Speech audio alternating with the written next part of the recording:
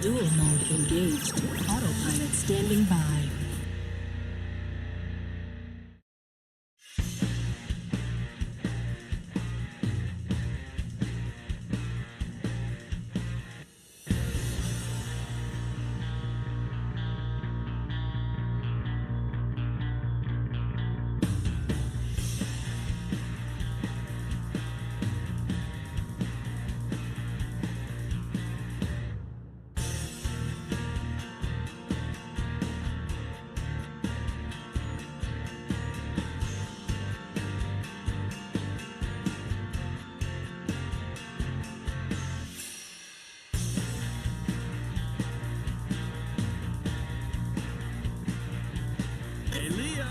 Get ready!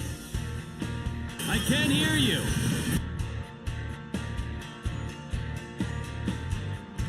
Yeah, but don't worry guys, because I got it all planned out. I think.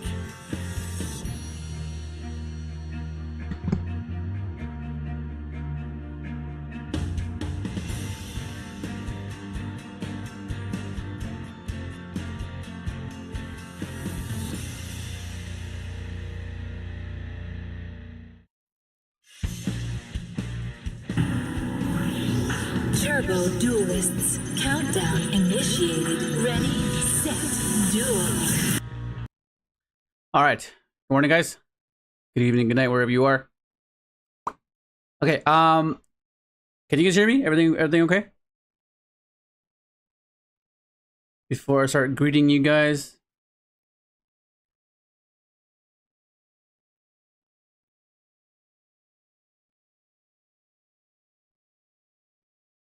Perfect. All right. Yo, what up, Simba? What up, Tigru? What up, Fallen? What up, Spaghetti?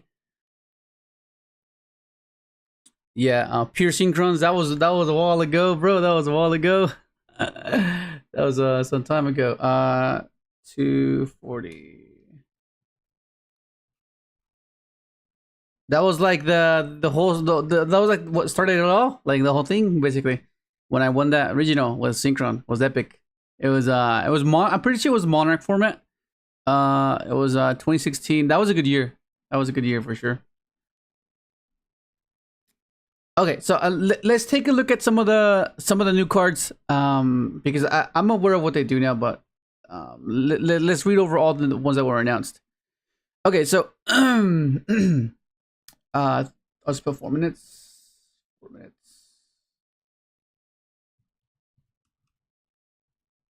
Okay, so Cyber Dragon's got new cards, which is pretty cool. So the first one, majority of already parties are aware of this. So Cyber Jormungandr. Okay, level 5 machine. Okay, same stats as OG Cyber Dragon. 1,000 attack. That's different. Oh wait, they're swapped. The stats are swapped. Yeah, isn't like Cyber Dragon 1,000 defense and 21 attack. Cannot be normal summon in a set. Must be special summoned by an effect.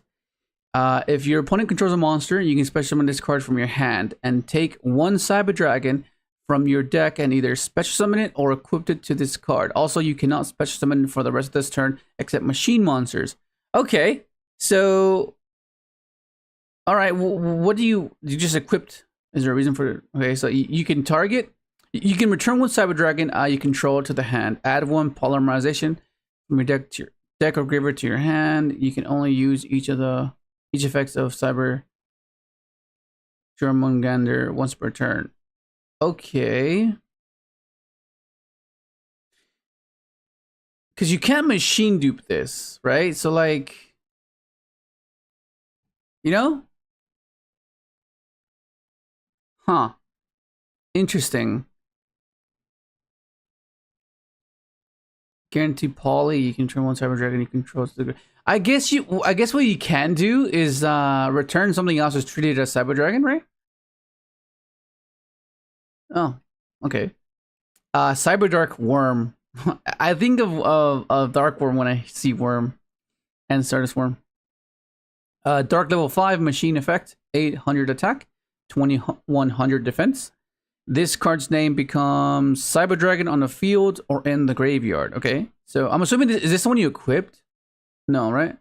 If this card is in your hand or graveyard, and there's another cyber machine monster on your field or in your graveyard, you can send one cyber dragon monster from your hand or deck to the graveyard, special summon this card, then you can add one cyber spell. Oh, what the hell? That's pretty good. You can add one cyber spell trap from your graveyard to your hand. Oh, okay, from graveyard. Okay, I thought it was from deck. I imagine this was good. If this was like from anywhere, that'd be cool. Yeah, too high attack to machine dupe. Clock Tower is the biggest buff to Cyber Dragon. Yeah. Yo, what up, Chaz?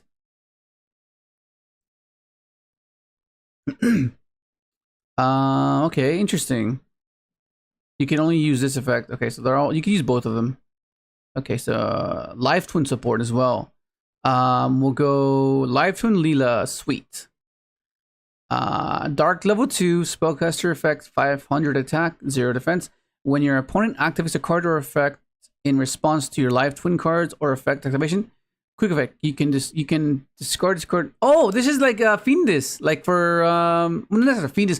This is like a Fiendish and Butler together, right? Because with the response to your card, or like a Sinful Spoils the Severa, right?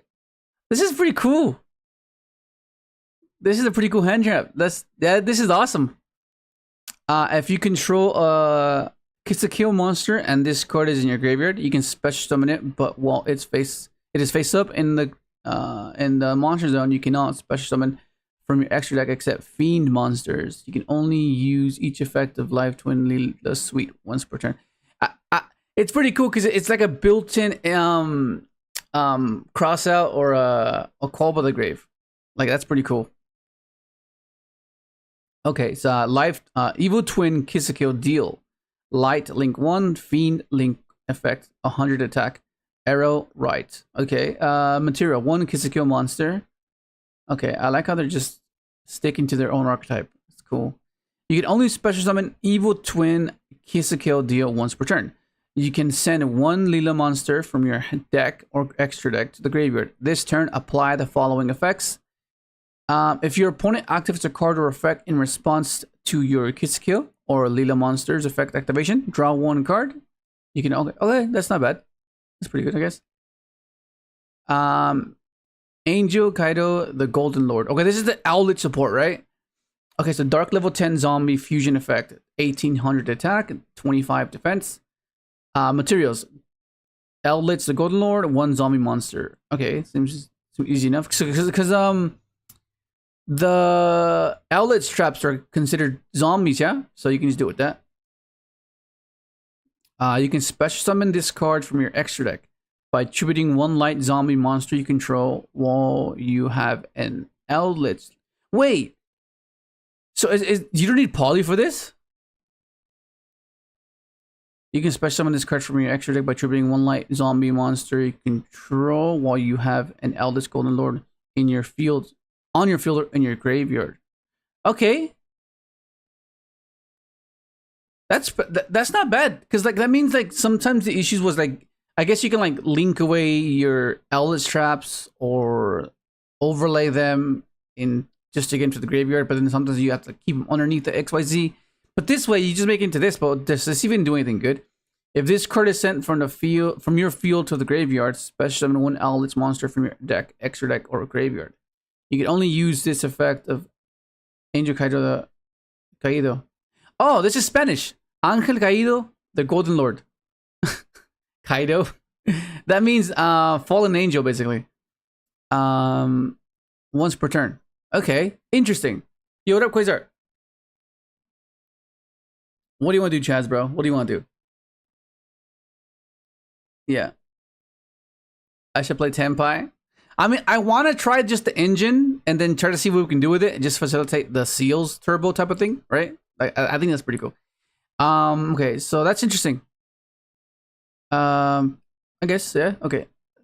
Okay, Elixir of the Golden Land. Okay, continuous trap.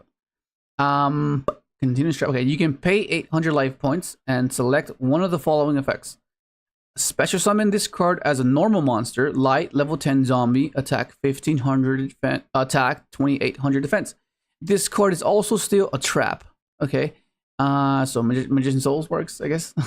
If you control an Owlet's the Golden Lord, You can also return one monster on the field to the... Oh, so this balances. So now we have banish, bounce, pop, attack, modulating.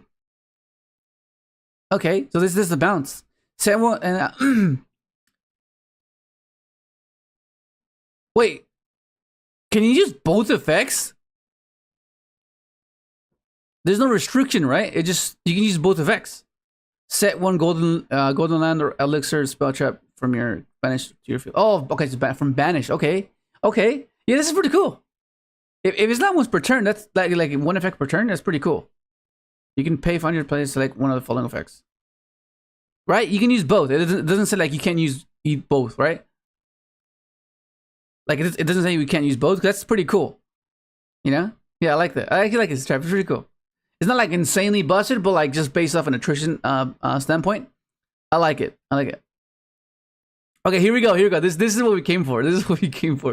Okay, it's an ancient fairy life dragon. So it's like Leo's dragon that when he transforms into a signer.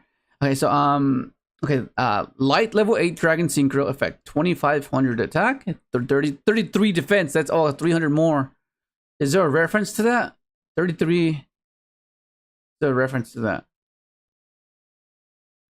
Oh, I don't know. Materials. It's generic materials. 1 tuner, 1 non-tuner monster. Okay. If this card is synchro summoned, you can draw 1 card, or if the world of spirits is on the field, you can add 1 light beast, plant, or fairy monster, or 1 eternal sunshine from your deck to your hand. Okay. I gotta relook at the cards of what they do, what they add, because I mean it's not horrible. It's not like insanely broken. It's just something that's like, it's there. You know, it's there. It's not horrible. Your ancient fairy dragon. Okay, 2. Your ancient fairy dragon and monsters that mention it can attack while in defense position. If it does, apply its defense to 4 damage calculation. That's cool. Also 3/3. Okay, interesting. So that means Maguskas. Doesn't matter. We just attack with this in the defense position. Okay, Karibon. Okay, so this is part of the spirit world, right? Yeah. Karibon, the fairy spirit. Light level 1 fairy effect. So you could add this potentially. All right. If you control ancient fairy dragon or a light beast, plant, or fairy monster, is that what's someone saying? Is that assuming? What's the word I'm looking for? Is that implying that it has to be light plant, light fairy as well, or is that just light beast and then plant or fairy? I'm assuming it's in conjunction of like, oh, light beast, light plant, light fairy. Is that what it means?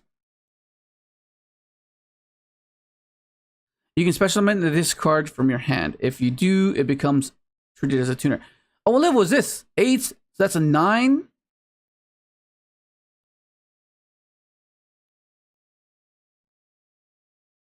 Okay, all right. So for one, if we make arriving light, if we make an arriving, oh, actually, no, yeah. If we make an arriving lights variant, huh? No, but it'll make arriving light miss time. Like it'll shuffle the deck. If we want to add a particular card, it'll shuffle the deck. Well, no. Actually, no. We do this first. We have already access to Arriving Light, right? Arriving Light. And then we add either this one, special it, activate Arriving Light, synchro. You know? Okay, interesting. Okay. So what does this do anyways? Okay, so it just summons itself as a tuner. Okay.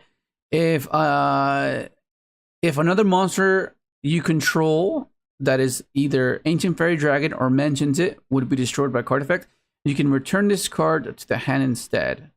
Okay, that's pretty cool.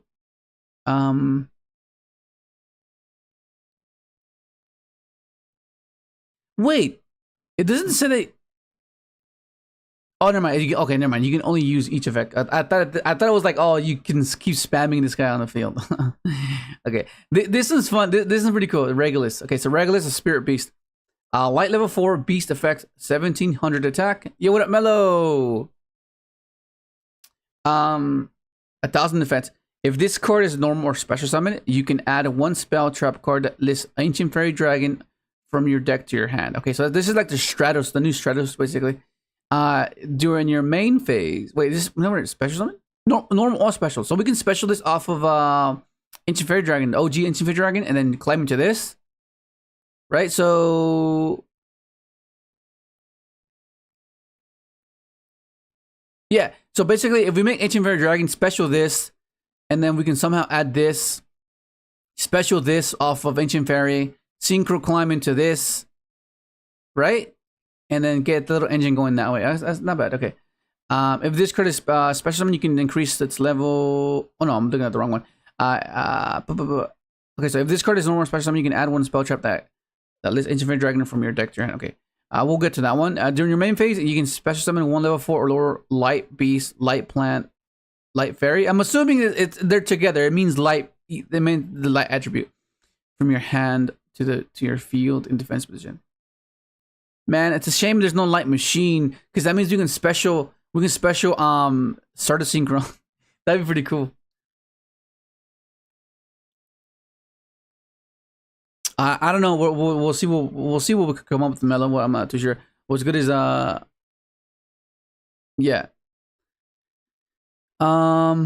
Okay. For me, okay. You can banish this card from your graveyard and target one field spell in your graveyard. Place it on the bottom of your deck, then draw one card. That's cool. You can only use each. Oh, so you can use every effect. That's cool, man.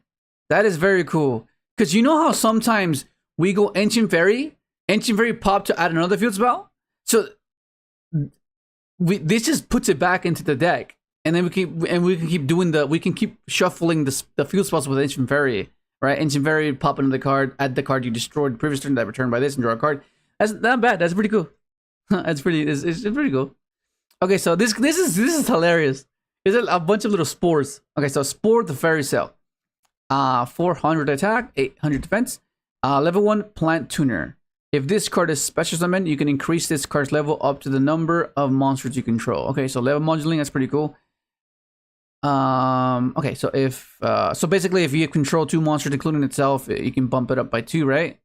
If this card is special summoned, you can increase the level up to the number of monsters you control. So it can be a 2, right? Yeah. If this card is in your graveyard while you control an Ancient Fairy Dragon or a Light Beast, Plant, or a Fairy Monster, you can special summon this card, but for the rest of this turn, you cannot special summon a monster from the extra deck except Synchro monsters. We don't care. We don't care about that. We don't mind that lock. Okay. You can only use this effect of Spore once per turn. Okay, that's pretty cool. So it's a good thing that it doesn't banish itself. It's just recursion for the following turn. So okay. So what does this mean? What does this mean?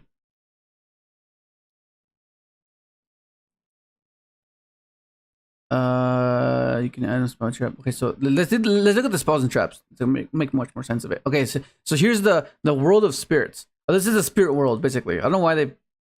Is there a card already called the spirit world? Because that's where Luna usually goes and gets her powers. It's kind of like yeah. Okay, so when this card is activated, you can add one card that lists Ancient Fairy Dragon in its card text from your deck to your hand. Okay, so it's a searcher that searches a searcher, basically. So draw is gonna be a nightmare. Yeah, so there's a lot of that going on in Yu-Gi-Oh right now. Like you have like a searcher that gets you to the searcher to get to the card you actually want, right? That's it's like, yeah, okay. You can only use the following effects of the world of spirits if you control a level 7 or higher Light Dragon Synchro monster. Okay. If a monster is special summoned in face-up attack position, change it to defense position. Okay, that's not bad. Okay. So these only apply if you control a level 7 or higher Light Dragon Synchro monster. Okay. That's actually not bad if you think about it, because everything is in defense, and sometimes people try to bait omnis or interactions by simply going battle phase. But the fact that they don't have that, think of it like you know how Yubel uses pain to deflect attacks on like their actual links that they want to wait to interact with. It's kind of like that. So they would have to like link into something to get rid of this field spell, you know. So it's like something like that. Draw is not real. And it cannot hurt you. Oh my god, what the mango, bro? What are you talking about? Okay, During the end phase, destroy all attack position monsters the turn player controls. You can only activate one World of Spirits per turn. That's cool. You know what's awesome? This with RDA. Find a way to do this somehow and merge them together, because that'd be pretty funny. Because then that triggers Gaia, you know.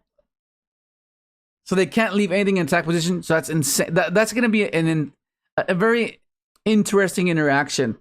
Because if you can find a way to protect this, right? If you can like try to prevent them from getting rid of this field spell, if they don't have game, like their monsters are just gonna be destroyed. Like that's crazy.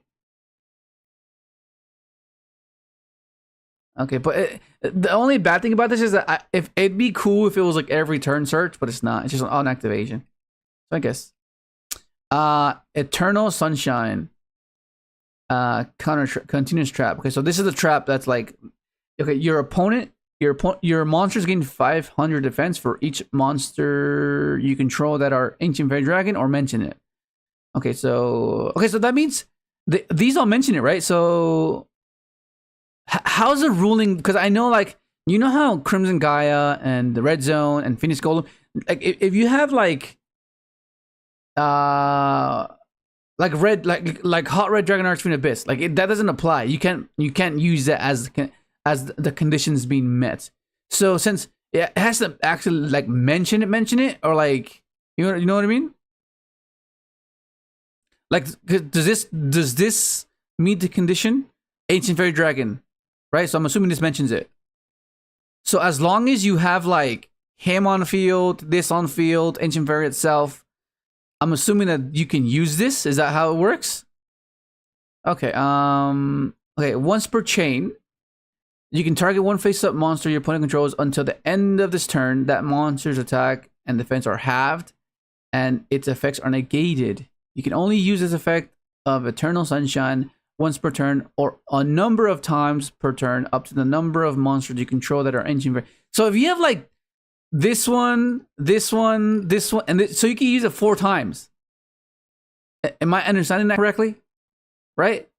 You can use it 4 times, not like in one chain, but like per turn, like a new chain type of thing.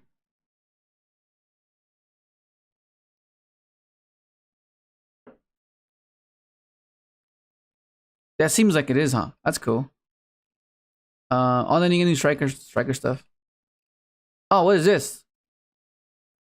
Okay, so Dragon Master Lord. Okay, so rank 12, Dragon Exceed, 5,000 attack. Oh, this is huge, bro. Materials 2 level 12 monsters. Okay, that's hilarious. This XYZ summon card cannot be destroyed by your opponent's card effects. Also, your opponent cannot target it with card effects. This card can inflict piercing battle damage while you have 25 or more cards in your graveyard. Excuse me. Okay, once per turn, if your opponent has 25 or more cards in their graveyard, you can detach one material from this card, special summon one monster from deck, extra deck, or graveyard. Huh. That's okay. I mean, making it, I guess. Is that it? Is that it? Yeah, I think that's it. I mean, yeah. I mean, this is cool. Like, if you think about it, like, just being able to just, like, this search the trap, because this can search the trap, right? Yeah. So, it, like, just summoning this alone. Summon this, or just activate field spell, search this to search the trap. That's 3 cards in rotation already, right? It's a... And then pairing this with Rev is insane. Oh, never mind. This is a... Yeah, is this a tuner? Yeah, it's not a tuner. Okay, so that's cool. Yo, what up, Tito? Yeah, because, like, if you... Think about it. If you go this effect... Actually... Oh, shit. Actually, look. If you go effect... Search this... Search this... Now we have a guaranteed interaction, right? And then we go into Rev or tuning into Revolution. go into Ancient Fairy. Ancient Fairy pops the field spell, searches something else. And then Regulus will then shuffle back the Spirit World, draw a card. I guess they're cool. I mean, they're not busted, but like there's like some playability, some applicability, I think. Yeah, we'll see. We'll see how it goes. This is interesting to say the very least. Is the Duelist Cup over?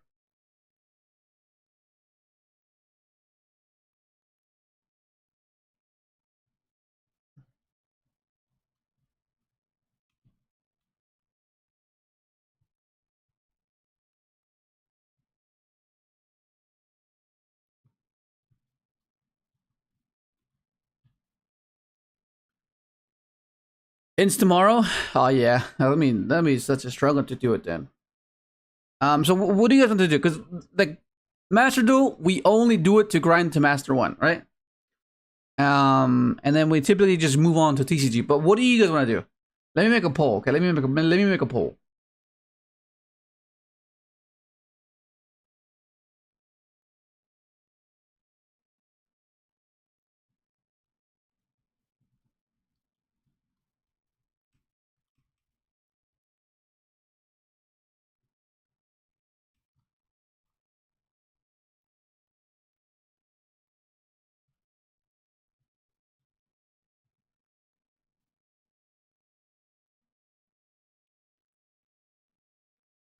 Okay, there. Let's give it a minute. And then, hey Siri, put a timer for 1 minute.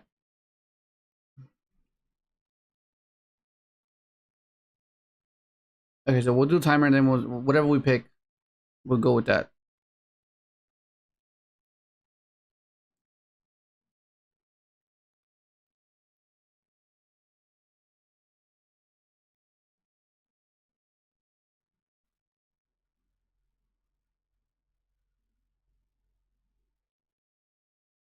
But damn, dude, like on Saturday, it was crazy. It was crazy. I made like a little joke on Discord. I was saying like, because Mello asked me, how do you shuffle your deck, bro? I'm like, oh, I sent him a video. I was like, oh yeah, I go half and half. I shuffle both, and then I made a joke on the members Discord. I was like, it was funny because a lot of the Ryzeal decks were bricking. They were bricking on hand traps. So I was like, I'm over here with my 60 card brick, you know? Okay.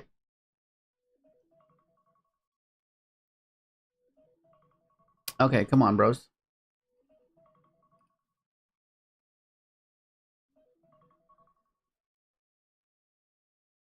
Alright, so we'll go to TCG. Oh my god, some of you are shy. You didn't vote, but that's okay. That's the whole premise of being shy.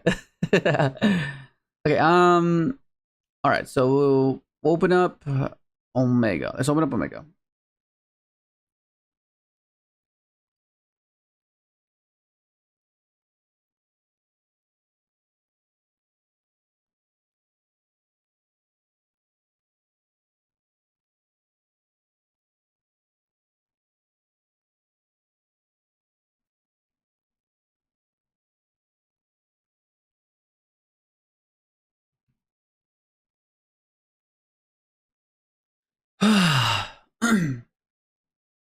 What up, Gilbert? What up, Cookie? Some RDA or Synchron and MD would be cool for sure. They're breaking on hundreds because they're not thrift gaming. Either way, he can't. What up, Sony?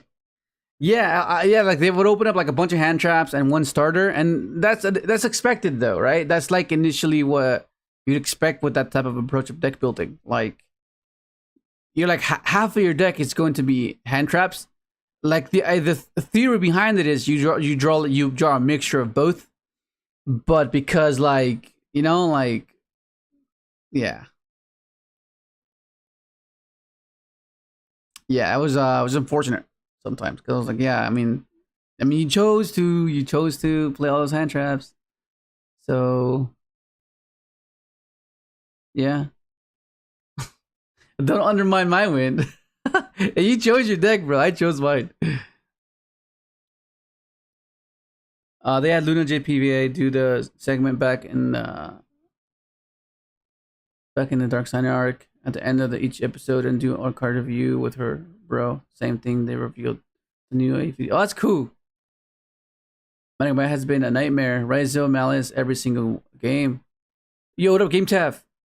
We cook speed roids or Christian post. Yeah, for sure. We want to play for sure we want to play Christian. Christian's gonna be insane. I feel like it's gonna be pretty cool.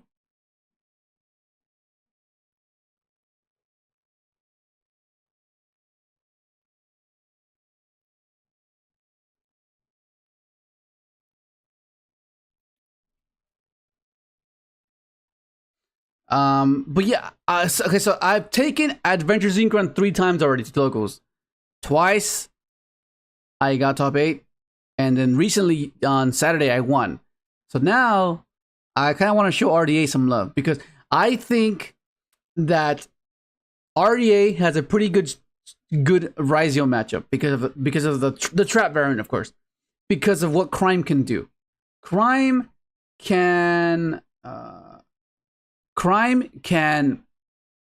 dump Mischief of the Gnomes, and do you guys know what that card is? Mischief of the Gnomes. It's the one that level modules. Yoda Halo.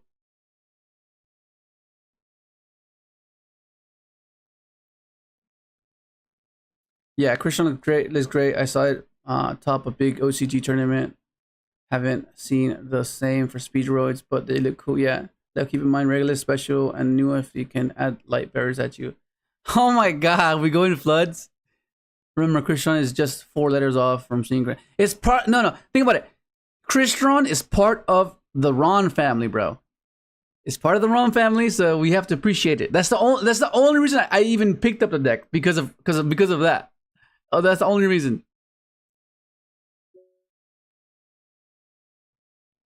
Okay, so this is what I took on. This is what I was going to take. This is what I was going to take on Saturday, but then I ended up switching it. Let me just put this how it is. What else was there? Oh, this is the master. This is TCG. I didn't take these. I put in Bell and Tactics, I'm pretty sure that it was. And then Lancia in the main. I mean, I'm pretty sure you guys saw the deck profile. But I think moving forward, I think I might keep the draws in. And what the hell was what else am I missing? Oh, Mourner.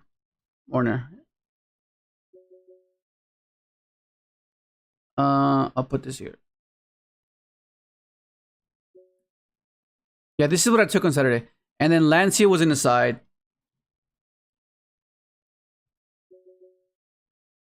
Put 33, 33, 34, 33.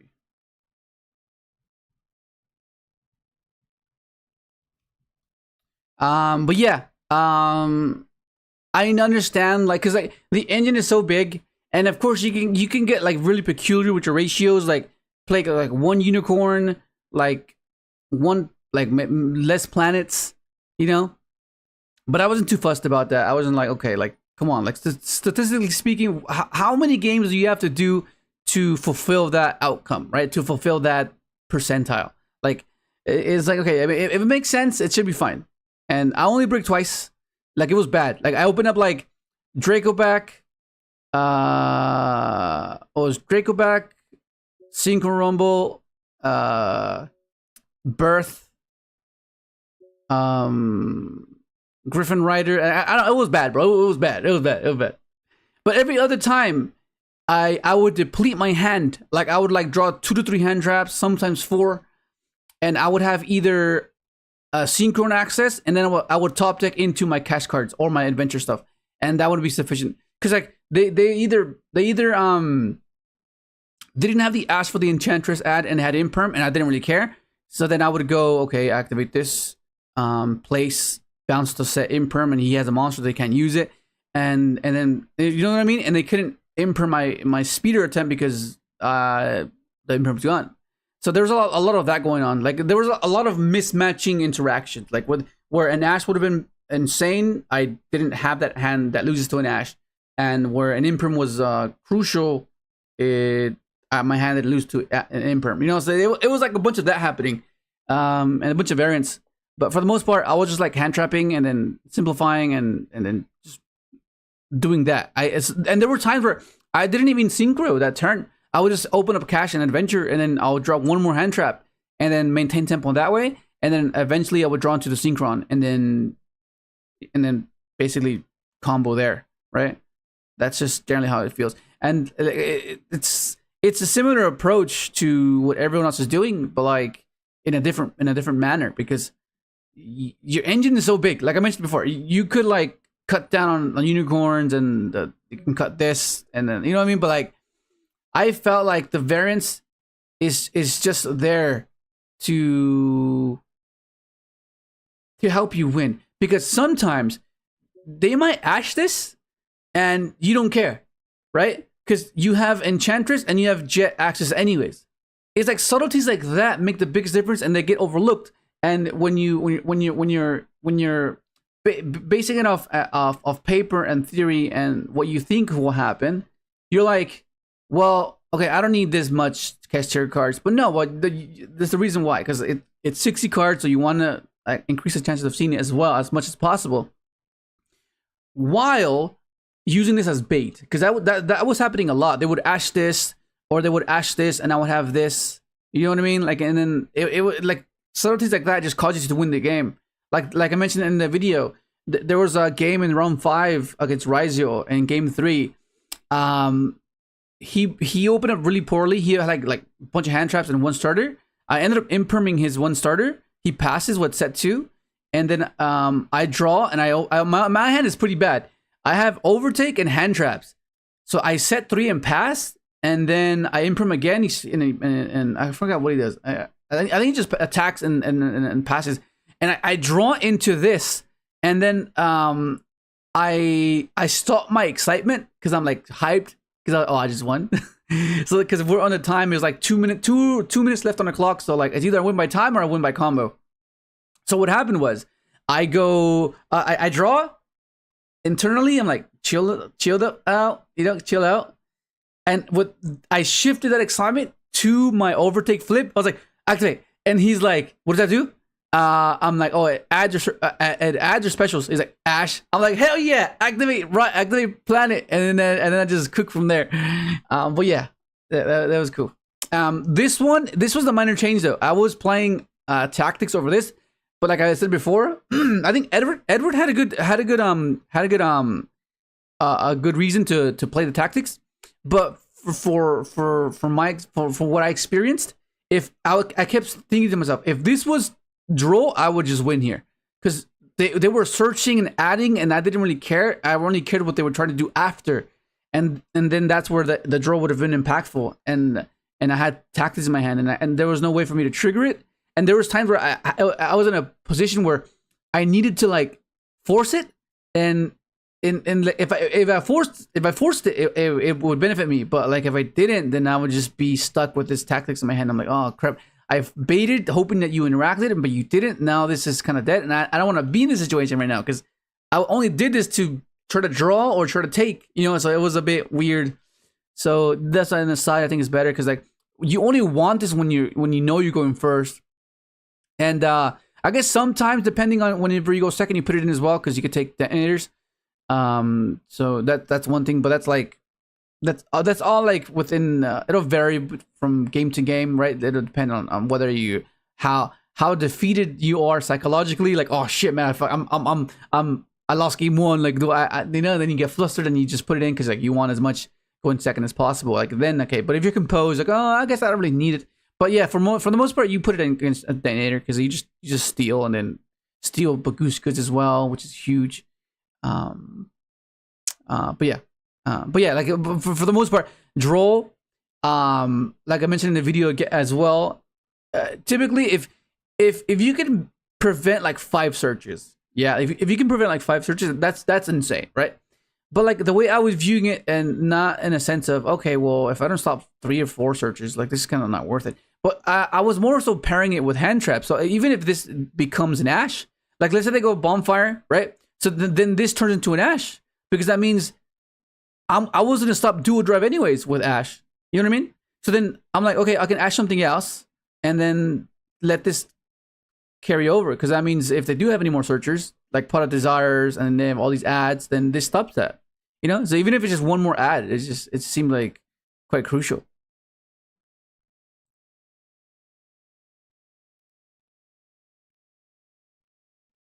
Oh yeah, I forgot. Gravity collapse. Yeah, gravity. Gravity. So these, well, I have to cut something though. I'm gonna have to cut something. I'm not sure what I'm gonna cut. But yeah, gravity collapse was in here for sure. Whenever you went first, you would put this in, because if they charmed you, or if they don't, it doesn't matter. You're still gonna put these in, because it ensures that if for whatever reason, you can't get to your end board, or if you feel like, okay, well, I just turn skip them, right? Send a speeder that was negated the previous turn, send it, end the turn, and then let's say you have access to your adventure stuff, and then, you know what I mean, and then just try to go from there. But this is basically just a turn skip, you know, for any matchup. It doesn't discriminate. Your Link deck, XYZ deck, Fusion deck, it doesn't matter. I end your turn. That's it. Like you can say, oh, you can play Deep Barrier. You can no, but this just says you can't summon at all. Like you're done, and then you have your board on the field. So like, even if they charming you, and you give them so many cards, like it's a hand trap format, so they're gonna have a bunch of like Ash, Veiler, Draws, Mourners, Ogre. They're gonna have all these -1 hand traps that don't really affect your board presence, because you already have game on board. Like, oh, you're gonna imperm SMSD? That's fine. I have 2, and they each have 3 attacks. So that alone is already enough game, you know. So like their board will be clear. They have back row, like, okay, droplet, that's fine. Like, what do you do? Like this, that you just have so much damage on board already.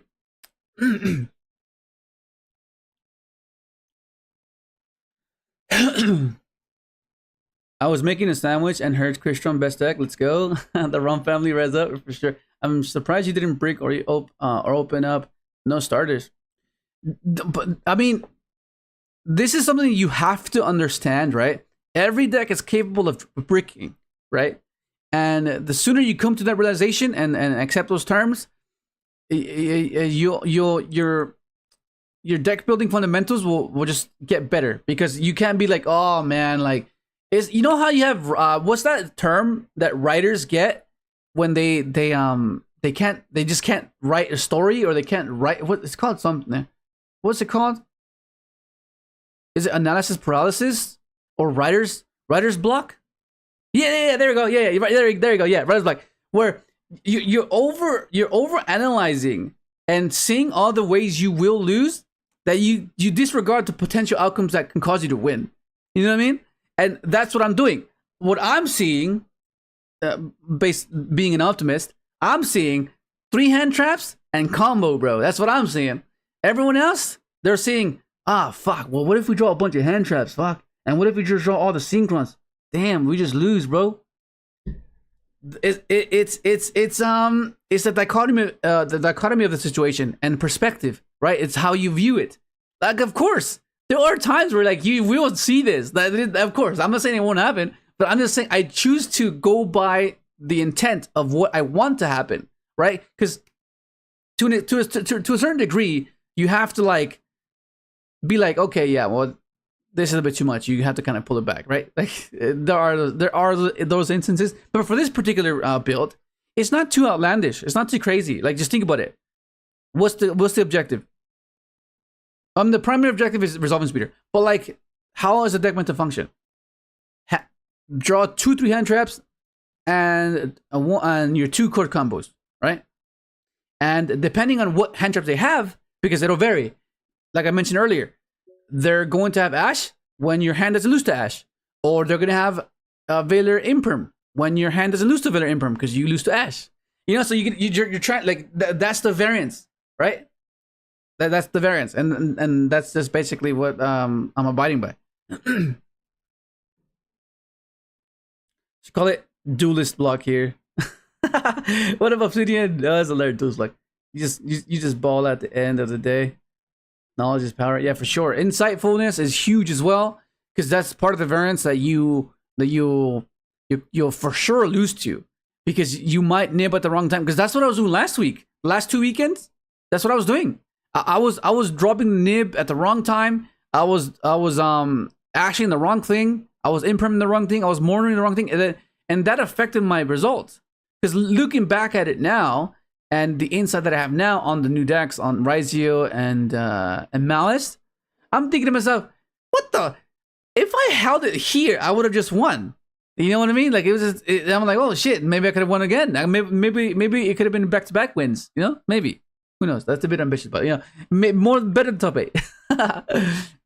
But yeah, that's basically what it is.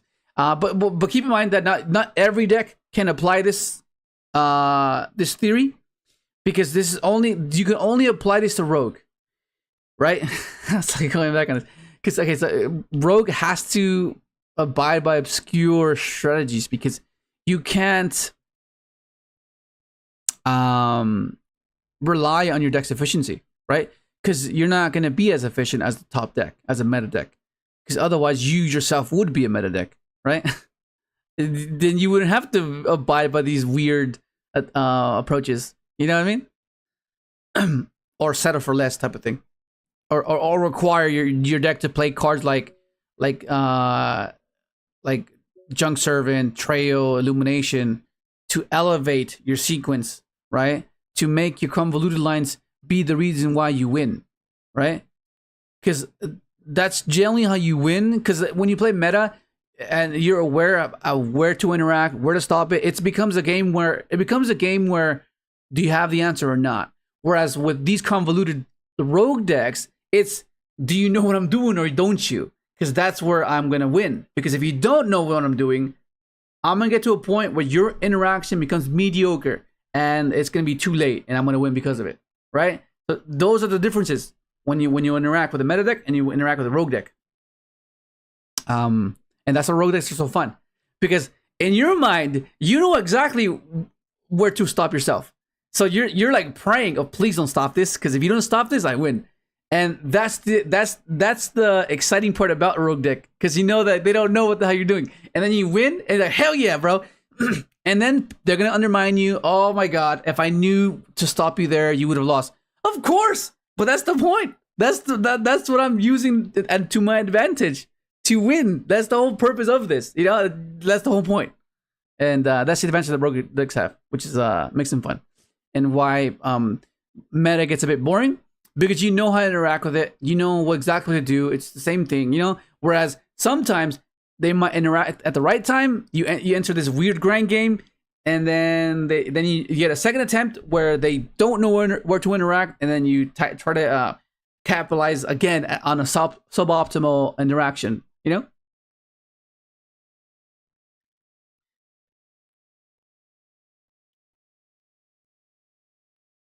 The obscurities.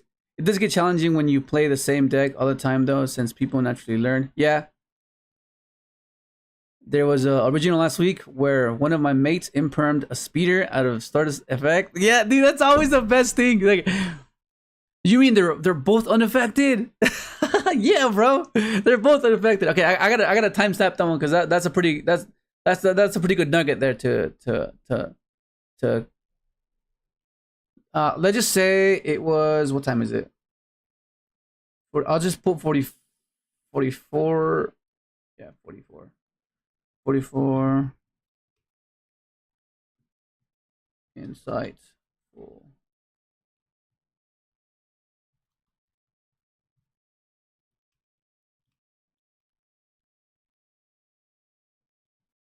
Okay.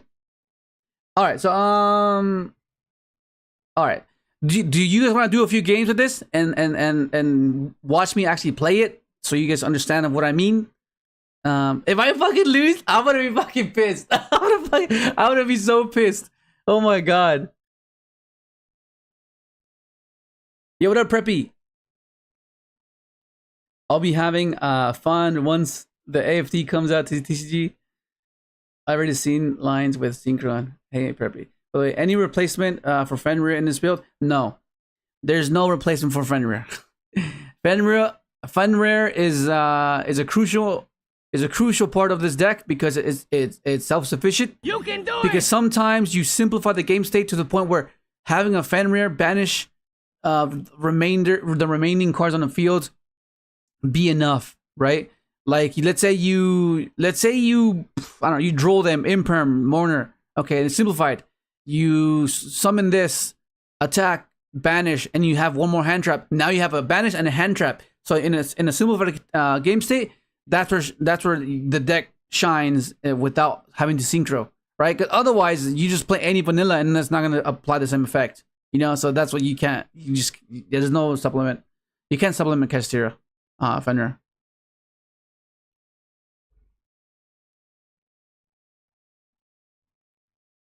Okay, what up, Freshen? If you need a 7 engine, why not Dragon Rulers?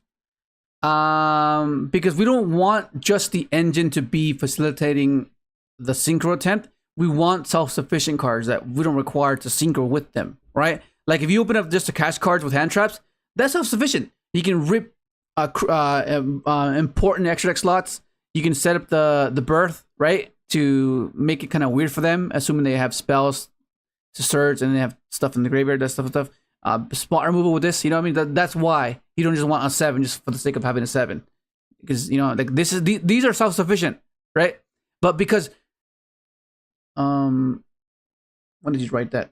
Just put 52, 51, 30, 51, 51, 30.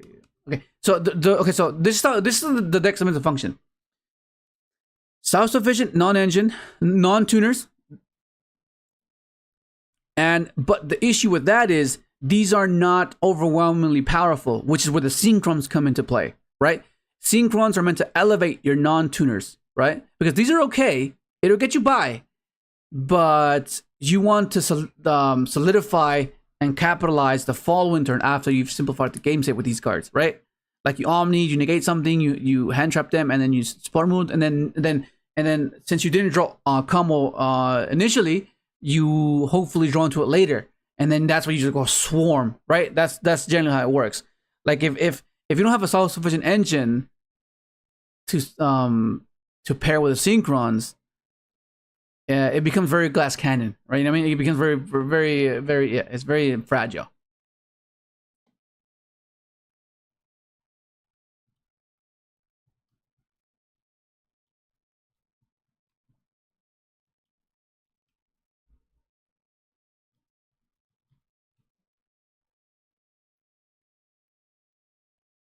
Shemich is still like 20 a pop. Yeah, I know. They were like pretty low like a while ago. Like they dropped like fairly low. So I think that was your chance to get them. And it's like, it's expensive. I know. I mean, like I guess no, because Panker Trap is not the same. Pank is like, yeah, Pank is not the same. Pank is not the same. I mean, I guess maybe you can get away with Unicorn, I guess, because it still rips an extra deck slot. It's still double bodies, I guess, but it's just the spot removal is just so important, you know? It is super important. What if you play shufflers? That's what I used to do with Isabella, Adventure Synchron, or some of the name Nemesis cards. The thing with those type of tech cards is that you could play them, but like, how strong are they right now, the shufflers? Think about it. What matchup would you bring those shufflers in for? Like, why? What warrants them to be main decked? You know? Like what? Yo, what up, Mr. T? Okay, so let me give some insight on this. Fucking hell, I always click the wrong damn window.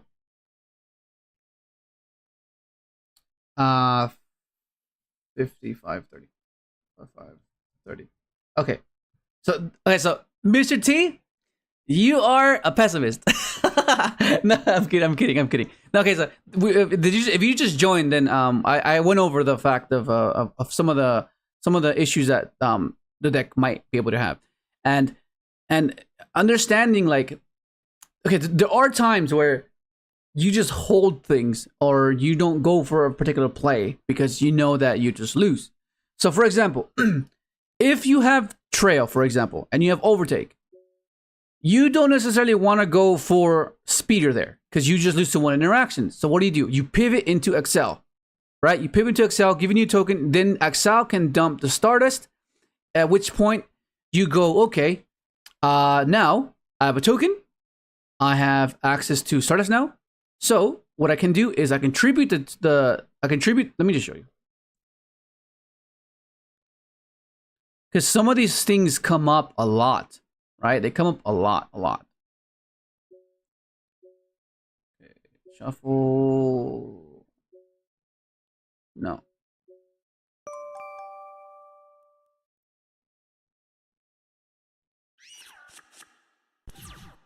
Like, and this is a one of, but like this is like just one of those situations where you do see this happen, right? Or if you open a Veiler as well, Veiler and adventure stuff, you can still do combo, which is, it's a convoluted way to do it, but you can still do combo. But for the most part, with this deck, you have to know it. And okay, so okay, I don't mean to like undermine any of your guys' caliber of a player, but I'm saying like it is sometimes just result speeder and win. But there are times where you have to do these convoluted lines where your technical play has to come into play, right? And you can't just let the deck carry you, because that's where you need to be good with the deck and just be, I guess, above average to even play a rogue deck, right? Because everything has to be on point. Otherwise, you're gonna be like interacting and freestyling incorrectly. You know what I mean? Like, so you have to keep in mind, right? It doesn't matter what you do. So you could increase, decrease, depending on how you want to do it. But let's say you go for this, you tribute this here. So then you go chain one. Like this is more vulnerable to the Nibiru, but it plays around other hand traps compared to the other. You know what I mean? So yeah. And you see where I'm going, right? You setting up the SD line, because the SD line gives you an immune speeder, right? So if they imprint this, it doesn't matter. If they mourner this, it doesn't matter because you have speeder anyways, right? Because you just summon the Stardust from deck, right? So you're here now. So this is what I was referring to, how some cards lose to Ash, some cards lose to Imperm, and so on and so forth. So okay, let's say they Imperm it. You don't revive this, right? Then you just summon this and Ash you there. Okay, then you're cooked. That's 2 hand traps. But they need to have 2 hand traps, specifically those particular ones. But if they don't, then all you do is you summon the Stardust from deck, right? Summon Stardust from deck, special summon here.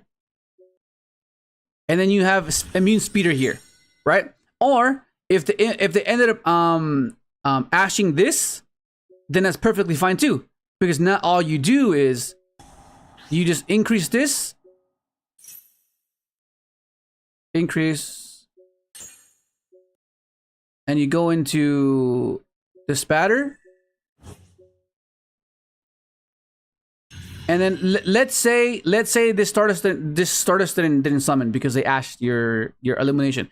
But you have access to Stardust anyways, because you at the beginning of the turn you summoned it off its effect, and you know what I mean. So now it puts them on 2 hand traps again. So right now, just imagine this Stardust wasn't there.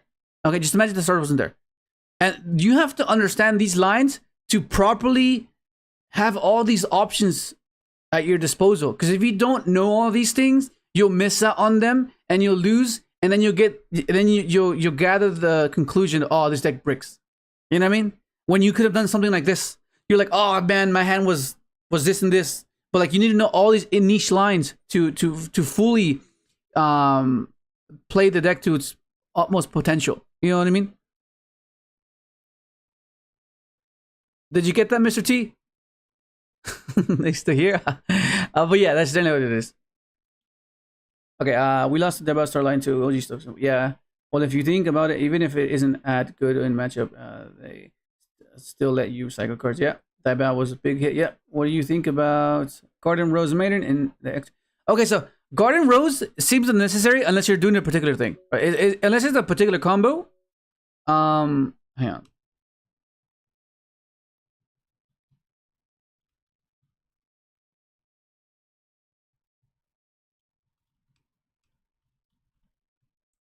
Hang on. I got a timestamp on these things. 101, 20.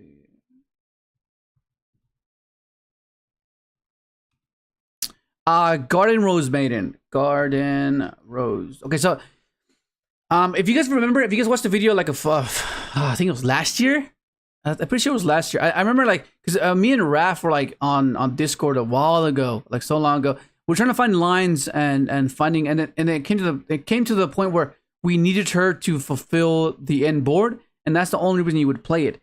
But the good thing about her is if you just have her there as an attrition style of gameplay, meaning she's part of the sequence to establish follow-up. So for whatever reason, if they somehow get rid of your board and you can hold them off, she can reborn your SMSD, your Crystal Wing, which is pretty huge, right? Because now they're faced with another Omni that can attack multiple times, right? So I guess in that sense you can use that. But the extract being the way it is, everything just flows, so I don't feel need for her. I don't feel like it's necessary, right? Because the way games usually go is if you don't play this, right? If you don't play TG, then you're not going to draw all the hand traps that you would have if you did. Because then you're at the mercy of board breakers, right? If you're at the mercy of board breakers, you're going to end up losing. And I wanted to avoid that. So I want to be sure that if I do my board and you board break me, it doesn't matter. Because odds are I hand ripped you for 2 or I hand ripped you for 1. So that's guaranteed to come back next turn. And then I'll have a SMSD that's going to come back. Maybe you got rid of the other one. Now you've crippled my board. You've cracked my board. But I'm still alive. Because I still have Veiler, Ogre, Nib, Bell, Droll, more. You know, I have all these cards to prevent that from happening. Right? Maybe you want to SP my SMSD to bait it. Veiler. Maybe you want to droplets me. Okay, that's fine. I have Nib, this. Maybe you Book of Eclipse me. Okay, that's fine. Now if I Nib drop you, I keep my cards and I just nuke you, nib you. You know? So that's why I think TG is so important for this for this deck, and why I've always just really learned to appreciate it as much as I do, because it just gives you all these draws. You're not at the mercy of just getting board broken, you know, because you just have all these, like, that's just it reinforces your board. So like, why, you know, and because of that, there's no real room for this, because everything in here has its place, everything has its purpose, and it just flows perfectly. And I don't think adding Maiden will benefit me more than any of the cards in my extra deck already. Yo, what up, Min?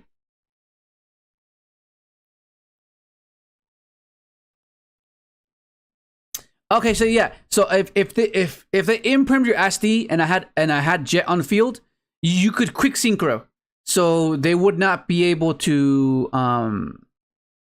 implement, right? So yeah, but you could only do it if you can synchro. If you can't synchro, then you can't use the quick effect. I've got hands with 4 hand traps though. Yeah, that's what I'm saying. Like, that will happen. It happens to the best of decks. It was happening to Ryzeal on Saturday. They kept opening up a bunch of hand traps and passing. And I'm like, okay, I'm over here shuffling my brick of a deck with 60 cards, double sleeve. Okay, one more thing. I have to double sleeve, not because I like the aesthetics of it, but because I'm trying to protect my sleeves. Because if you're aware, the anime sleeves, the ones with the holographic background, the OCG sleeves, they peel. If you don't double sleeve them, they peel. Same thing with you know, the Nat sleeves, the ones you get, the double CQ sleeves, the World sleeves, those peel. So that's why you have to double sleeve, and that's why I'm double sleeving. No multi-lines, not just one or two linear paths. Exactly, Fallen. It's certainly a skill to develop to see lines without relying on memorizing every combo. Yeah, and that's something that I guess I take pride in, because I can think on the fly with any given situation, right? And that technical gameplay is learned. You have to put in the time, because like I've played this game for so long. I played for so long. So if I wouldn't have that technical play built up, then that'd be kind of embarrassing, actually. But I do. But you need to have that key component to play Rogue, right? You need to have that. You need to know your deck, and you need to know their deck, and you need to be able to improvise, right? Because otherwise, you're missing that key component that can take you to the next level and playing Rogue deck, right? And sometimes you're missing one of those, and that's the reason why you lost. You know.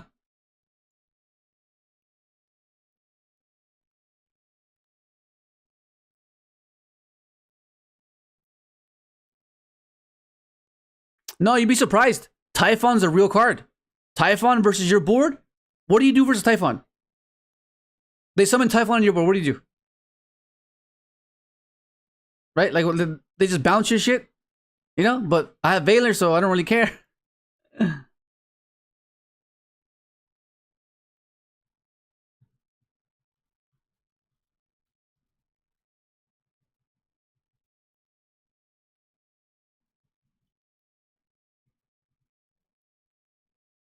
I keep giving these damn nuggets, and I have to timestamp this. Okay, I gotta remember this. 5.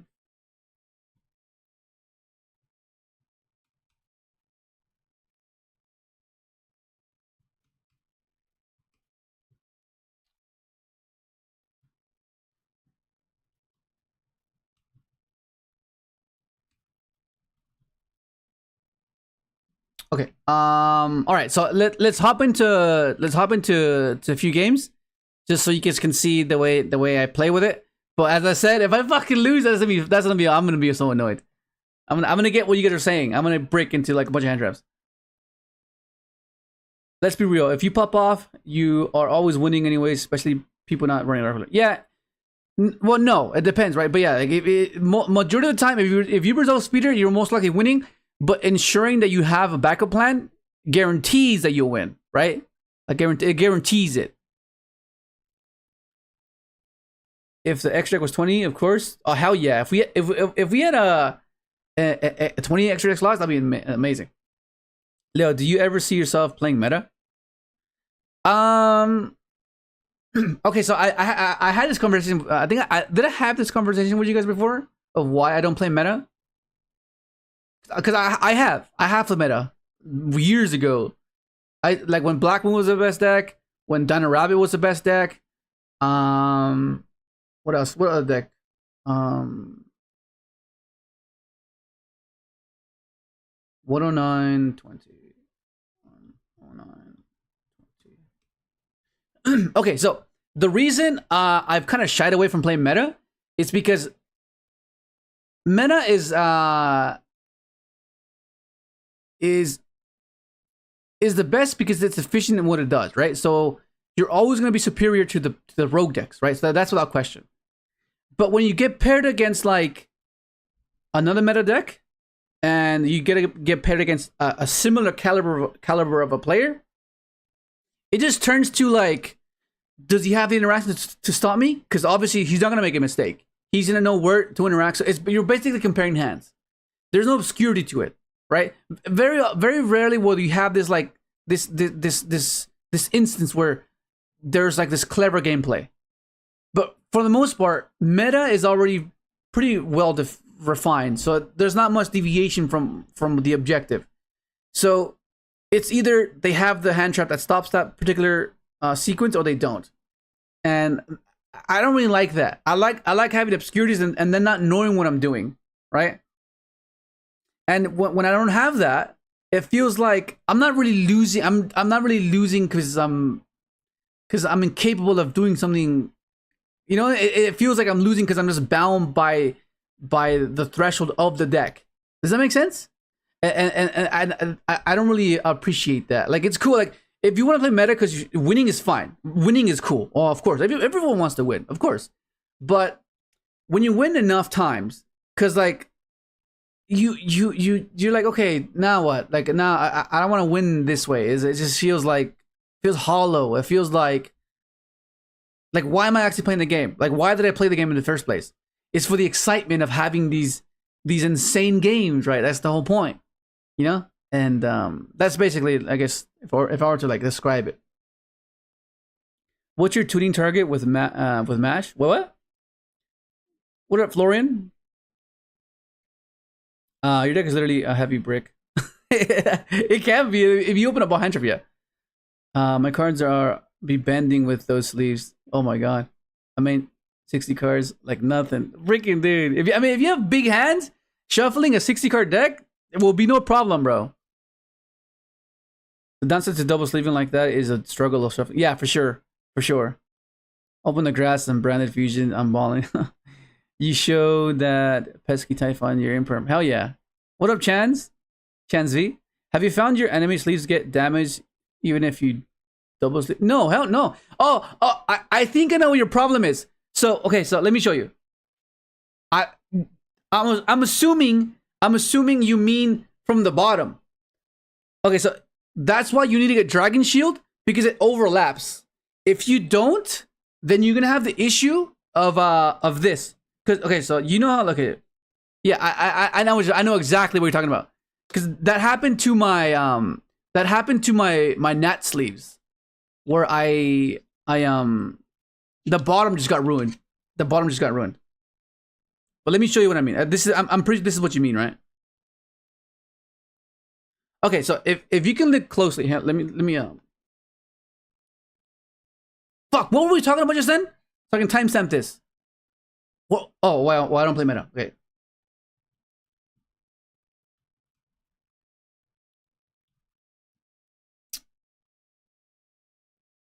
Okay, and then 112 sleeves. 112 sleeves. Okay, so I'm assuming this is what you mean, right? Who asked that again? Was it Chan? Yeah, okay. So let me show what I mean, because I think this is what you're referring to. Okay, so you see how it doesn't really overlap the sleeve, right? It doesn't really overlap the sleeve, right? It's so that part is exposed. So that means whenever you're anytime you're touching this, or when you're holding it and you're shuffling and you're holding a deck, right? Because whenever you hold your deck, right, you hold it like this, so your thumb's always gonna be on it. So eventually it's gonna get wear and tear, compared to this one where it overlaps, right? It overlaps, so you won't get that damage. Yeah, but you need to get Dragon Shield. This is a Dragon Shield Japanese oversleeves. But of course, these feel much nicer for sure. I like how these feel. These feel so nice. But it's a shame that they're not as tall. I would be using these if they overlapped the sleeve, but they don't. So, you know. Why don't you play this in MD as well? It's not the same. It's not the same because the meta's different. You know what I mean? Max C's a real card. I don't know. It's just not the same. It doesn't translate the same.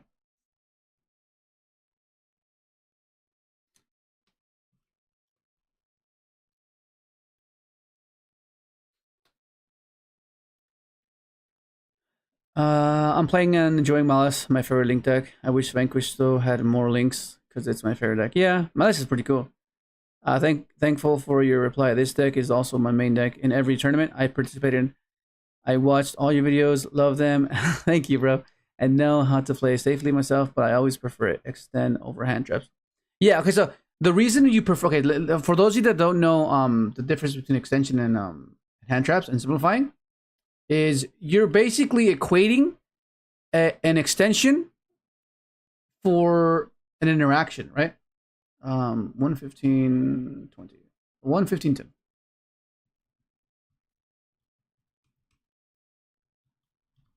Yeah. So basically, what you intend to do is, instead of having to simplify the game state, you want to be resilient enough to push past an established board, right?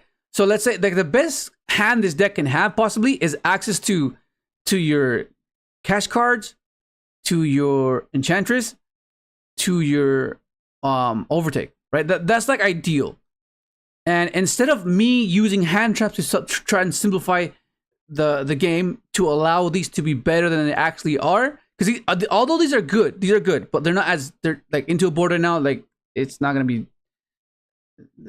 that great. Like they can manage, maybe you can manage, but like for the most part, you need to simplify.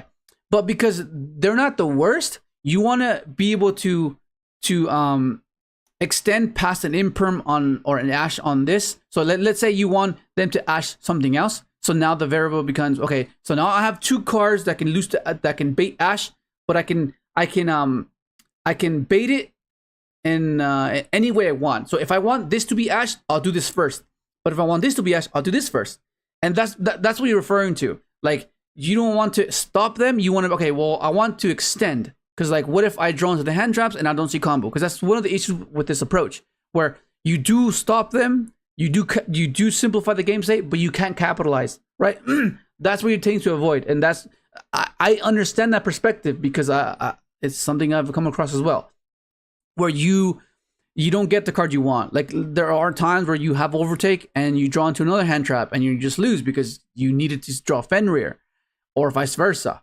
Whereas when you have engine, you're going to be more consistent, but sometimes you get bottlenecked at a particular point where that extension doesn't do what you want it to do.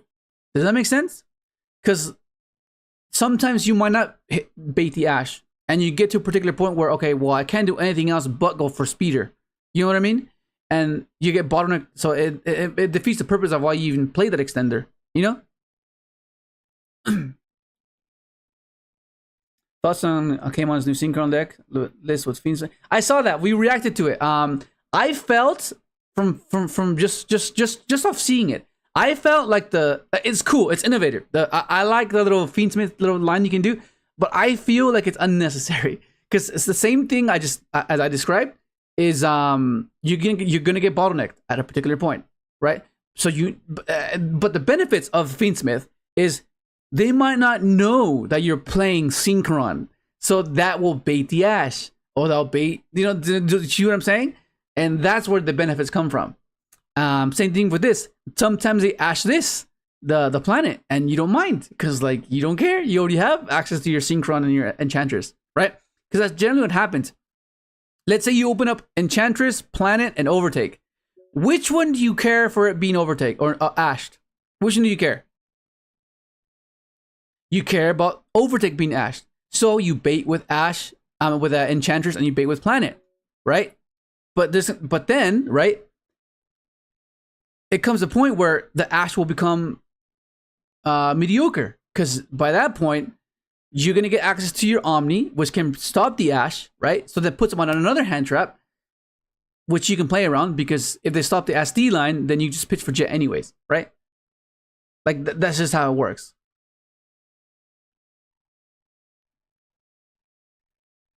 I love to win with my fun deck. For sure. Winning with meta feels kind of cheap. Like, no shit that you won by playing the best deck. Yeah, exactly. You're expected to win, you know? You're expected to win. I mean, brick because it's physically a brick. Oh, okay. I might have taken it a bit too personal there, so I apologize. What's your thing? Tuning target with a Castor engine. So it depends. So if I only open up like Castor engine with tuning and hand traps, my go-to play is just, oh shit, hang on. These timestamps, bro. Okay, so 1950.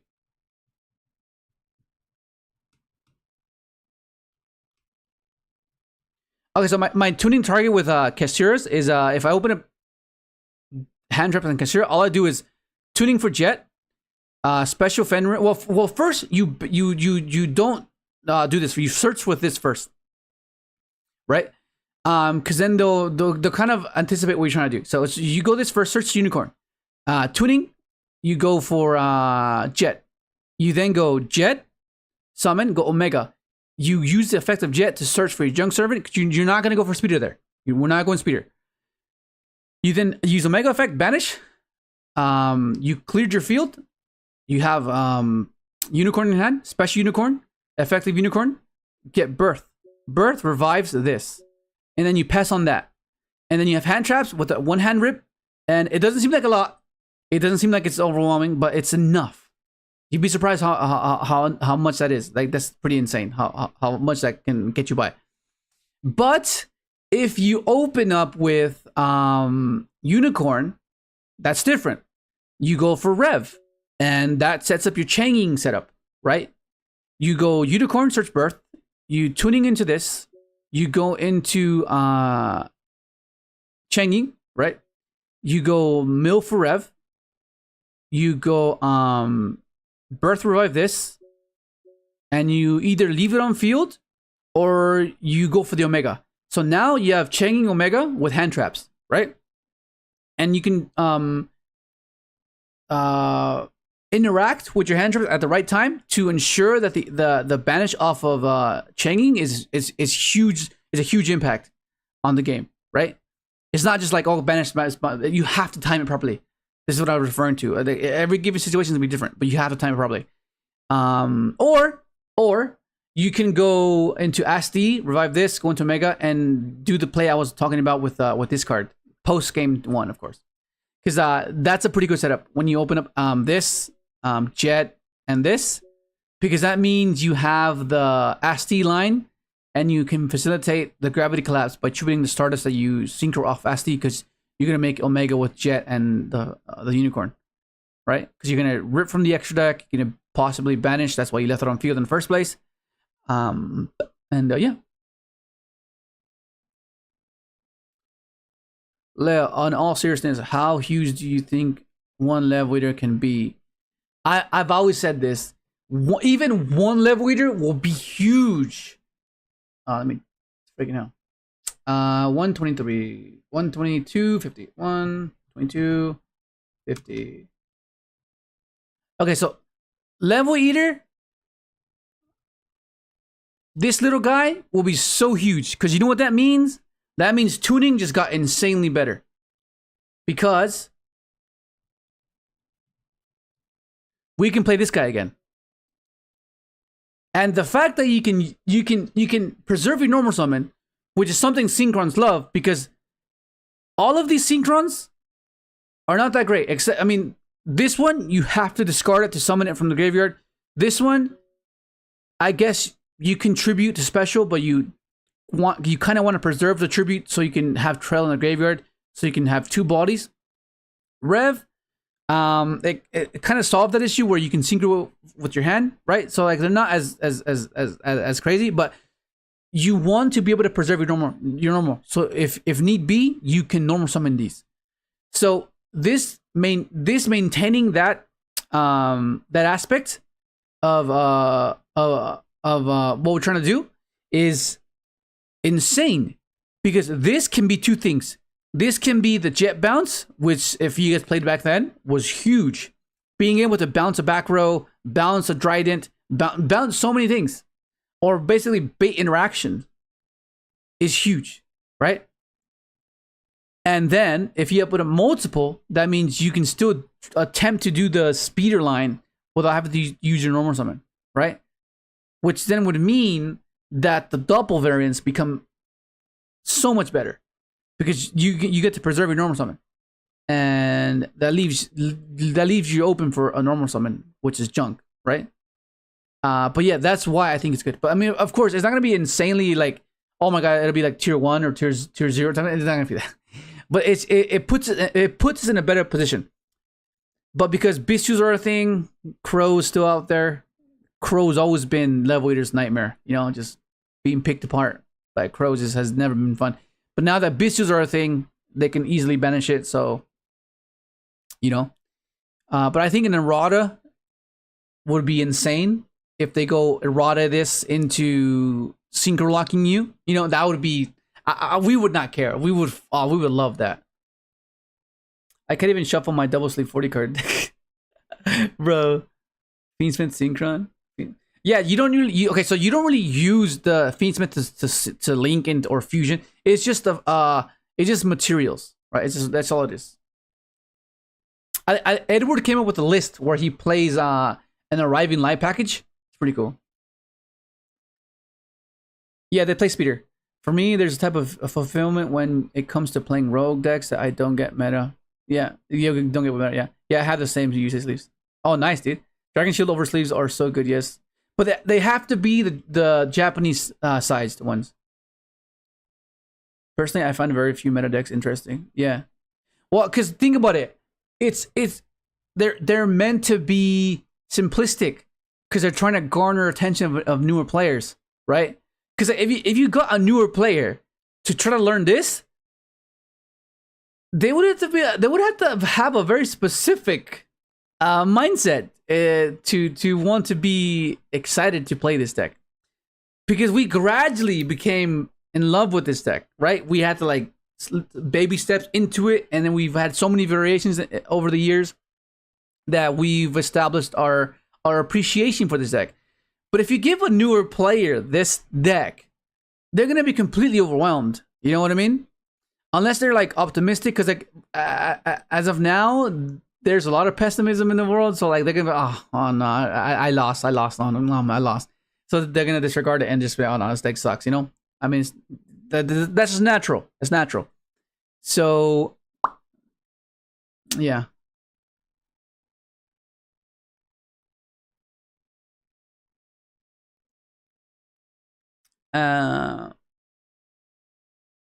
You don't play meta, yeah? Yeah. Like, but okay, so just because I said that doesn't mean I'm opposed to playing meta. It's just that that's the only reason I can pinpoint of why I don't and why it put me off. You know what I mean? Like, there is subtleties of competitive gameplay that you get from playing a meta deck. It is that I mean, you can still blame variance, but like, you know that you're playing the best of the best against the best of the best, right? So then you can kind of gauge where you are and as a player, right? So with that in mind, I'm not opposed to playing meta. It's just if I had to choose, I would rather not. But like, you know what I mean? That's just how it is.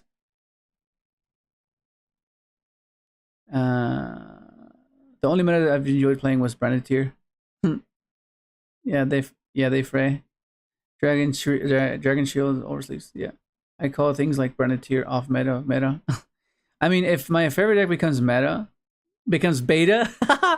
I would be a meta player. Yeah, you can do it too. It's fine. It's a natural progression of becoming. That's what happened to Nick. Nick was playing. Oh, what up, Nick? Nick was playing Rescue Ace before it was meta, and then it became meta, and then he became meta player. That's funny. My favorite deck is Despots, bro. If it became meta, I would agree myself. This guy, I would play meta if it's a deck I really find interesting, but it would never be my main because I'm a Synchron main. None of my current decks are meta. Yeah, but we don't want to turn into elitist, right? Like, oh no, I'm above that. You know, we don't want to do that either. Like, there's nothing wrong with playing meta. You know, there's nothing wrong with it. It just fulfills a different aspect of the game. You know, the creativity that you tend to get from building a rogue deck is you can't really do that with meta because everyone's on meta and it gets solved fairly quickly, and there's little to no deviations from the established I guess deck, right? Of that particular deck. How good were Lightning Storms? They're pretty good. I actually like them. I like hitting Ryzeal the back row, the field spell, and then I can deal with Detonator. It just seemed really fine. It seemed fine. Like it seemed okay. It didn't seem like crazy. But I'm not sure. Like, I do want triple tactics in here though, in the side for sure.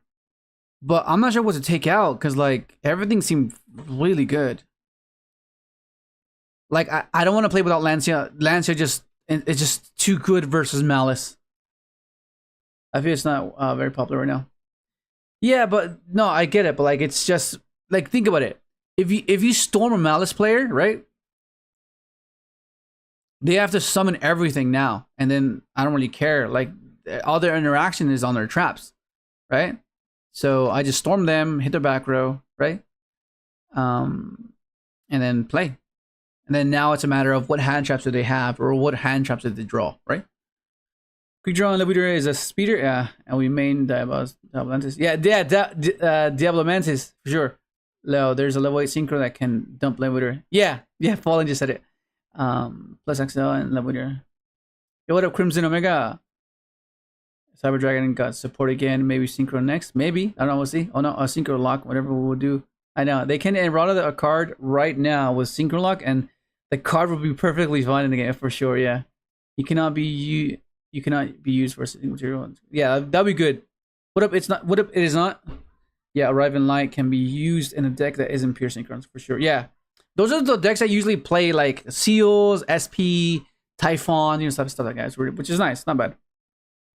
Yeah, in fact, when Eldest was meta, it was on the forefront of the new player recommendations in MD and stuff. Yeah, because like newer decks have to be simplistic, like they have to be, to garner attention of newer players. Because like that's just, it's good for business, right? It has to be. Look at a Ryzeal. That's such a simple deck. You're all right. I'm learning a lot from you and other Synchron players to be able to partially perform this deck. But when I first started, this deck overwhelmed me the most. It is growing on me heavily. I know, bro. I know. It's the growing. It's like we've all experienced that because, first and foremost, let me timestamp this real quick because another nugget. Okay, so 132, 31. 132. Okay, so okay, so learning this deck is one thing, right? Learning this deck is one thing. Learning on the lines, learning on the combos, right? But so if you take this to locals, right? That's where it gets real, because for the most part, if you get like if you get kind of like nervous or flustered when people are watching you, that's gonna affect your gameplay, like from a psychological level, because that is a real thing. Like people are gonna be, oh, what the heck? What is that? What's happening? And then you're like you're gonna be listening to this to all the commotion and like, oh crap, and then it's gonna distract you, and you're gonna be like, damn, I freaking misplayed. So all of that is part of the experience of playing these type of decks, which is something you have to get accustomed to, because sometimes you're gonna have the I guess the praise, and then you're gonna have the undermining of the type of deck that you're playing, because it is a build the board, right? So sometimes there's not much they can do once you do your board, right? And of course you're gonna be facing a lot of negative comments, but that's something that comes along with the territory, right? We've chose the deck we've chose, and we've tried to play our favorite cards in a particular way that can be decent enough to compete with the current meta, right? That's the best that we can do, and you can't let the perspective of others, I guess, affect you in the choice you've made, because I have a lot of I've gotten a lot of comments or a lot of messages saying like, oh yeah, like people say this, people say that, oh, they don't like playing me because I experienced that too. I endured that too.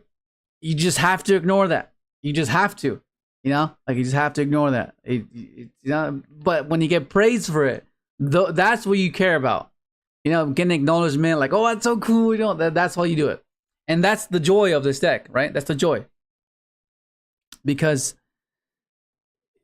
you're sharing something that some people might not know. Like within our community, within like all the people that know Synchron, we are well aware of this. So whenever you come up with a combo, we're like, we know this.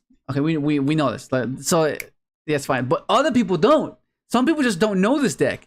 So then they might be like, oh, what the heck? And then you can possibly recruit. But yeah, the bottom line is, don't let it affect you. Basically, don't let it affect you.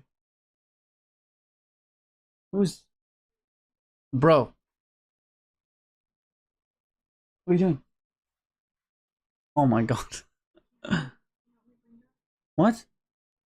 Help you what? Okay, hang on, guys. Hang on. I'll be right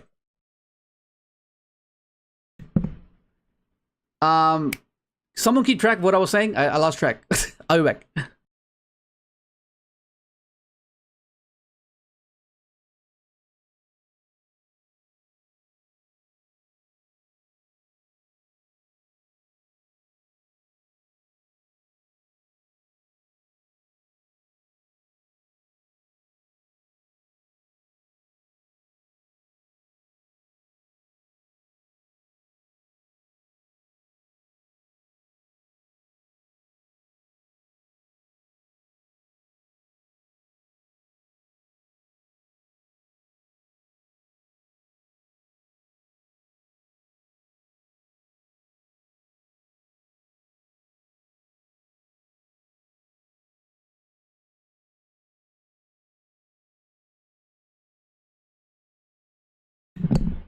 Okay, I'm back. Okay, so what was I saying? I've already forgot.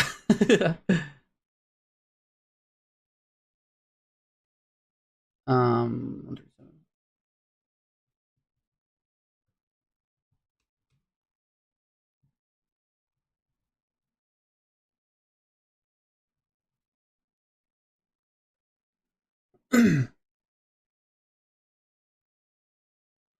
okay, what did I just read? You were right.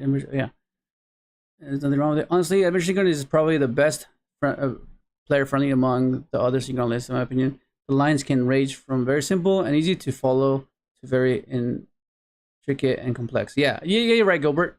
But it's cooler to be rogue, arguably wink wink. Just getting back into Yu-Gi-Oh! And don't know a lot of the cards. Can you share this list somewhere?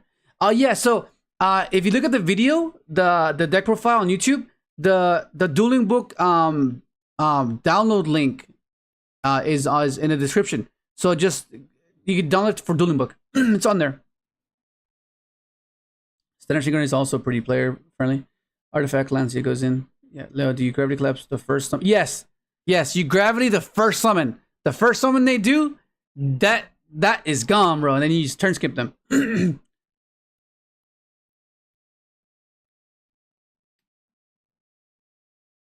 Yeah. No, I put it this morning because I forgot to put it yesterday. Because I scheduled it to premiere at midnight because I was asleep. It was my midnight. It was probably yours this morning. Yo, chat, help me. Ojima has been trapped in his basement. This is a call for. What the? No, bro, we're heading Christmas present, bro.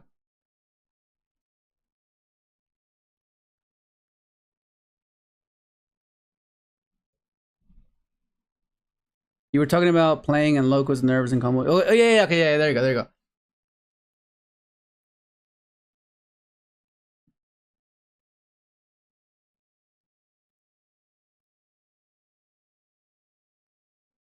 Oh no, bro. The Wi-Fi just started dying on me now.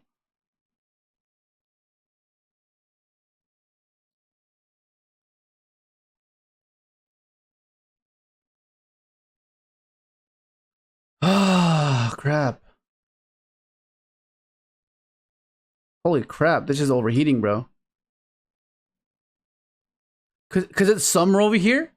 It's summer over here, and my freaking it's hot. So my computer's like it's freaking getting hella hot right now. Okay, so yeah, but yeah, that's something that comes with the territory. But just like that's one aspect of the game of the deck that you have to get comfortable with because that will happen. Okay, but anyways, I think we talked enough. I think I overdid it. Hopefully, you guys enjoyed the little session of just talking. Okay, so what should we take out? I mean, I do want to keep this for sure. I guess we'll go without it. I don't feel comfortable without it though. I feel like having tactics just helps so much. Having tactics just helps so much.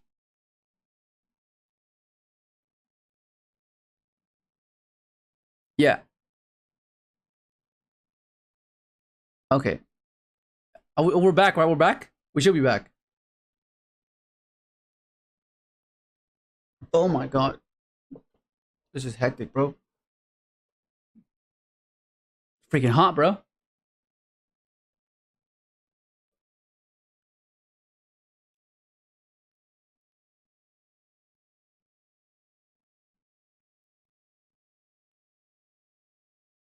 Okay, let's do a few games of this. I feel like I need it though. I need to put tactics in here.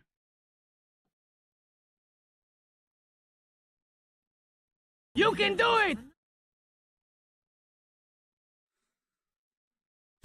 Because originally, I was not playing draws, but I feel like I need draws.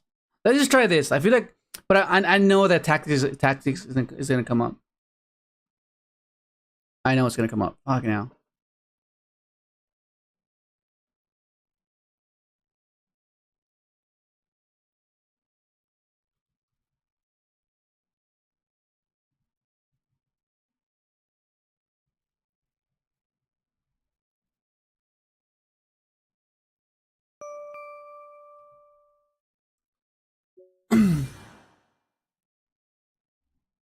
So 141, 50. 141, 50. Oh shit! Okay, here we go. Time to rev it up. I'll even put some music on, bro.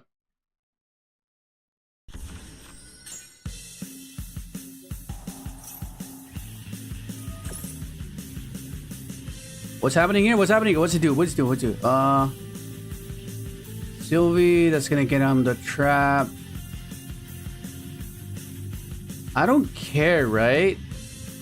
I just droll him. Hang on, let me see. This gives some tails. I don't care about that. Yeah, I don't care about that. I don't care about that. We'll let him add. It's fine. Then we draw.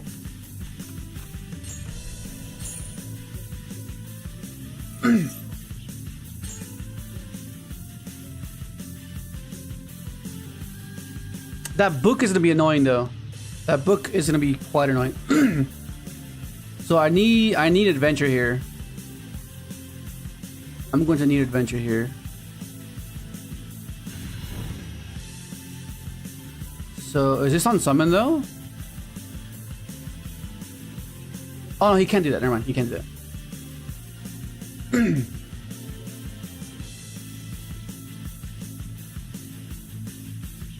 Okay, he's guarded the trap, yeah.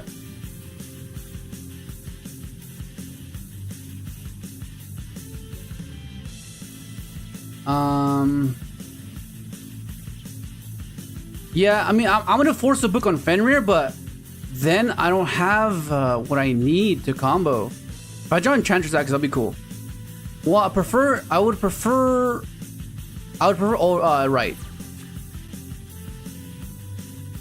See? This is not great.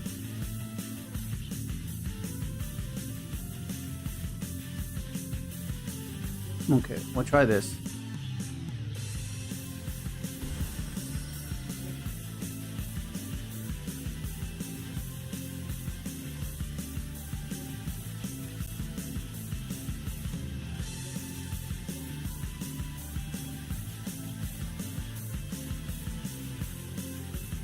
Yeah, the book is gonna be brutal. Oh shit, he didn't do anything. Really cool.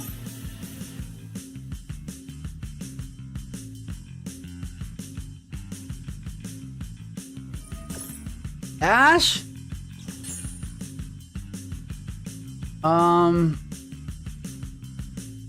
Let me think. Do I care? Yeah, do it now. Finish that.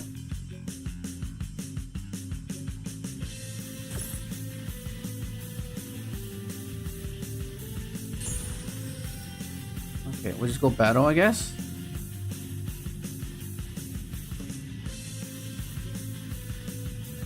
Yeah, we'll go battle. Have him do the book.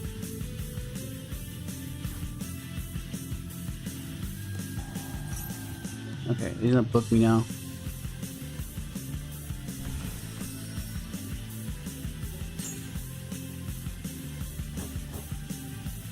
Yeah, the book is brutal. Because it'll be chain 1, chain 2.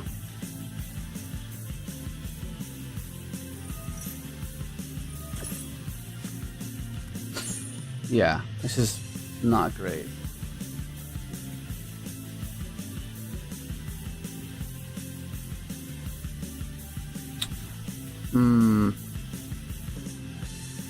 Now, what does he do now? He just goes summon the girl, summon Alzette. Yeah. I kept drawing the Griffin all day on Saturday too, which is really obnoxious. I guess we just go. I'll set this because I can pitch for it. Yeah.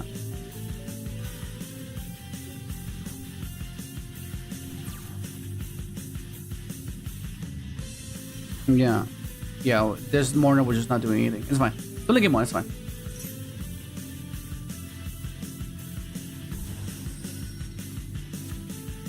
I think it's just over. So sets that place. Yeah, let's just go next. There's no point. There's no point here. That Book of Eclipse was just brutal. Okay, so since we're going first, we do this, and we take out. We keep this because this can stop the Charmy if he has Charmy. So we take out this, this, and this. Well, this gives me combo. This stops Charmy, and this is not once per turn, right? Whereas this is not that great. Ogre's okay, but not that great.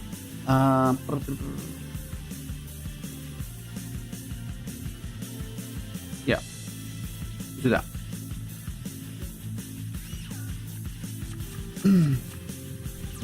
Oh, this is another example. This is perfect. Okay, so now we go back to this. See what happens? You see what I mean? They ash that when they need to, you know, type of thing. Like, I'm cool with that, though.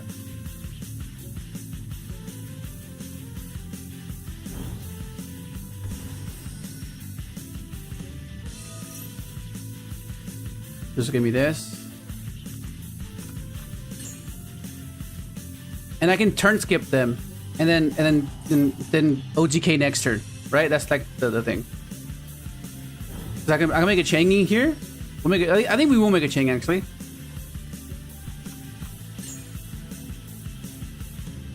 And this.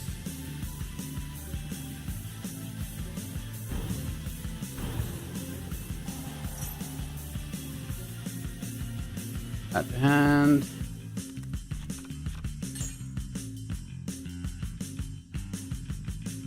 We'll get Griffin here.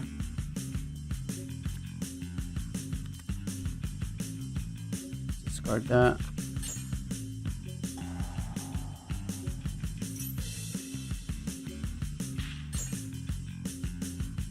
Okay. Do this.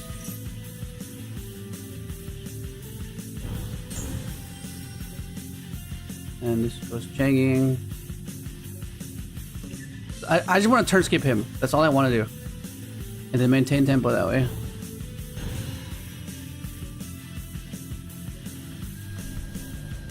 And then next turn, we pair the Griffin with a hand trap, or we draw into the combo and we try to play.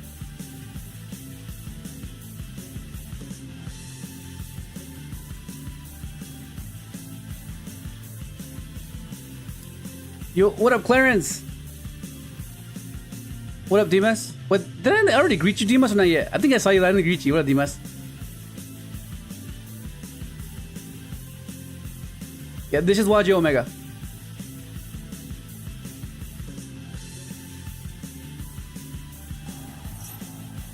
Oh, perfect. Okay, so he's on Centur-ion. That's cool.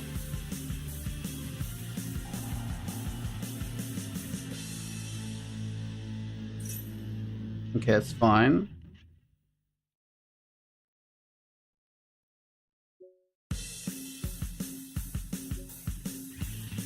This is loaded. Okay, he goes for that.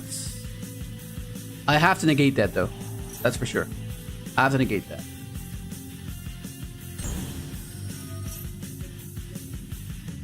Wait, but Tactics is real though. Tactics is a real card. Let me see. If he goes Tactics, take my Changying. He needs to have another number summon body. He goes SP banish.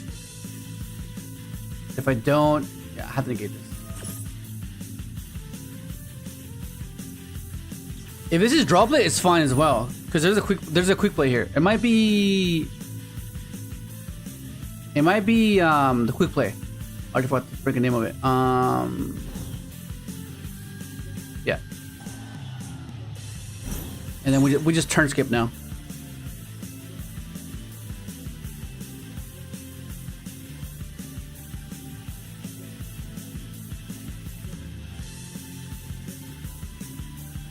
And then we get Griffin again next turn, and then try to retain tempo that way. Okay, so he does have a set, which might be annoying because if he gets access, if he has Phalanx, that's where. Oh, okay, never mind. Ah, combo. Let's go.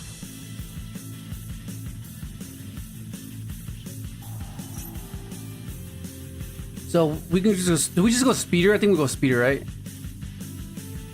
How do we do this? We go this speeder. Go. I mean, I could take it safe, but I don't think it's enough. I'm gonna risk it. I'm just gonna go for it.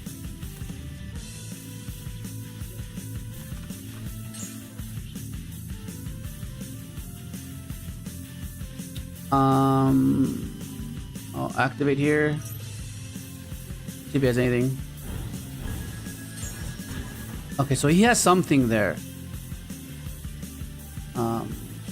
Special.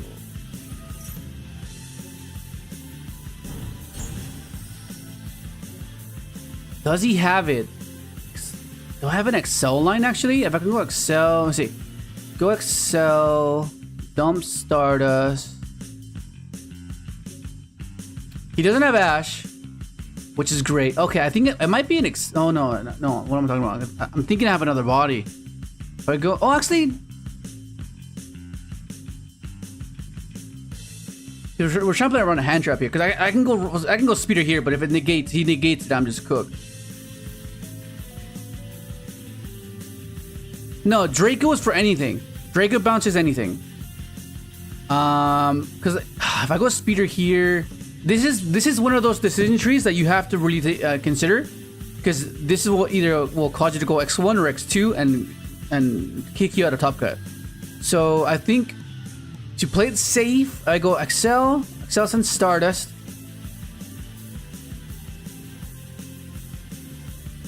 Reborn, because he doesn't have Ash. He doesn't have Ash. Let's try that. If he has Nib though, we might be cooked.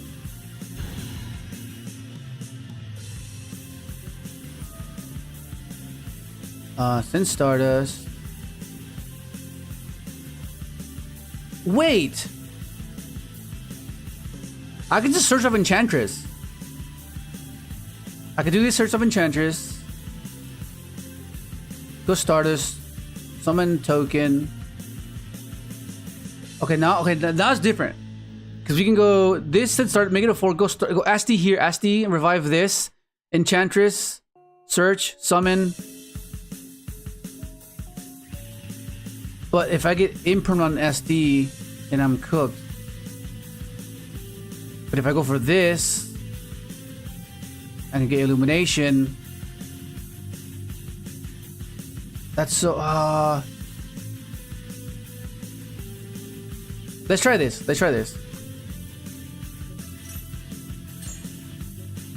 Because I can go speeder here.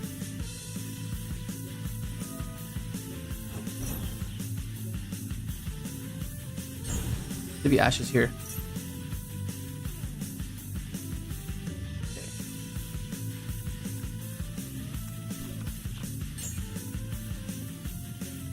Okay, then we go SD here.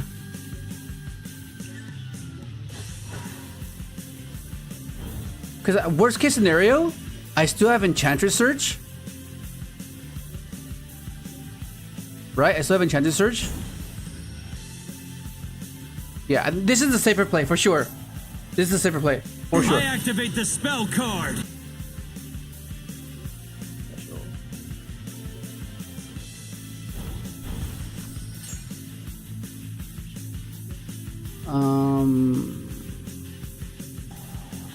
Reduce this guy. Decrease. And just in case he's holding an interaction. Just in case. And then you go speeder.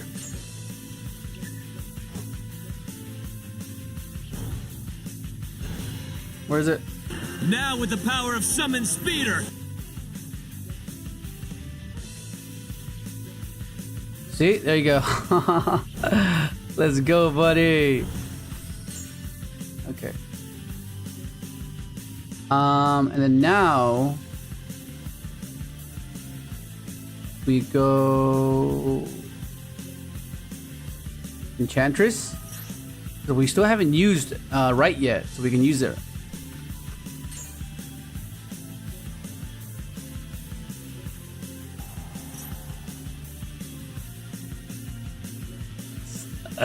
Yeah, see, it's cool. That's cool. Okay, and then now we can just try to go for game then. So all we need to do is get the damage on board. So we can go this.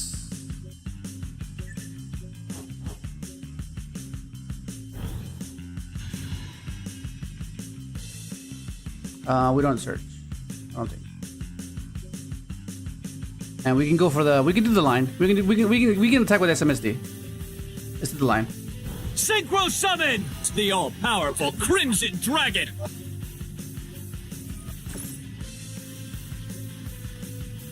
Because either way, it's game here. I make Omega, target Omega. Oh hell yeah, this is over. This is so over.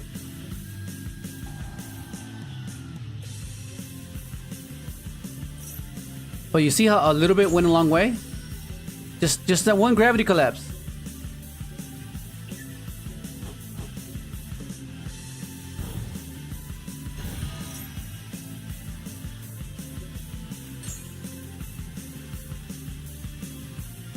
I'm not sure if I give away what I'm playing. So I think I just attack with that.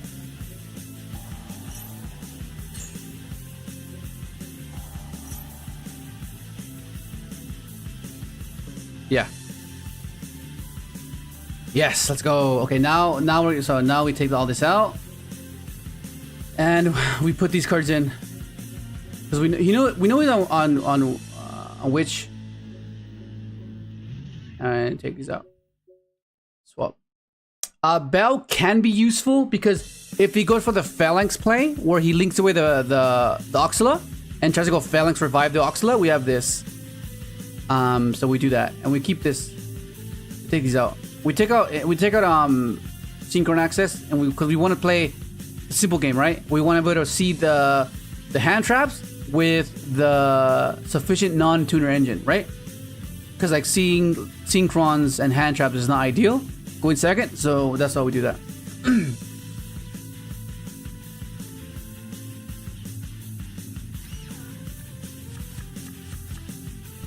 Oh, you're right. You can imperm, yeah, that's fine. See, I always draw this Faithful, bro. It's annoying. I'm pretty sure we have gaming. Yeah, we do. Do you think Forbidden Draw Blade is good? When we enter the match and don't know, go first or go second. I mean, Drawblade's always gonna be one of those cards that is like, okay, it's like you can't go wrong with it, right? It's applicable for a lot of matchups, right?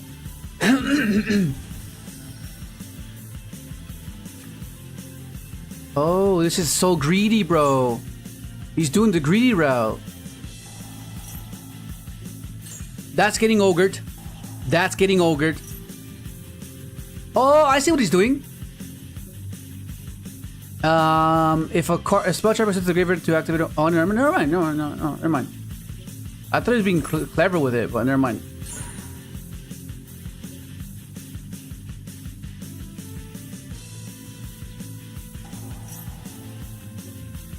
Oh, okay. Interesting. What's he going for here? All we need is tuner. A tuner access and we win. This guy went so minus. So minus.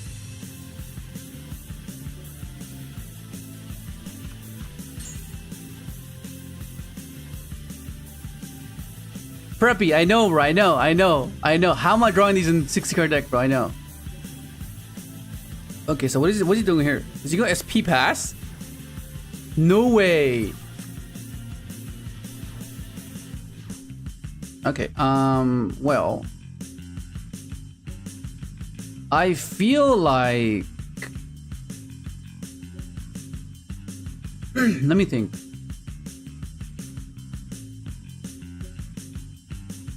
I think I banish. I think I go for a changing thing, right? I go for a changing thing, right? I go changing.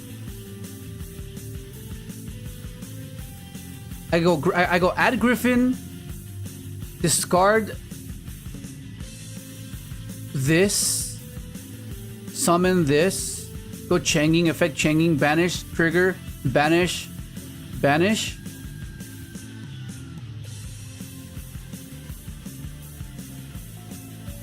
Because like, if I go for Griffin control, I mean I could go Griffin control, but like.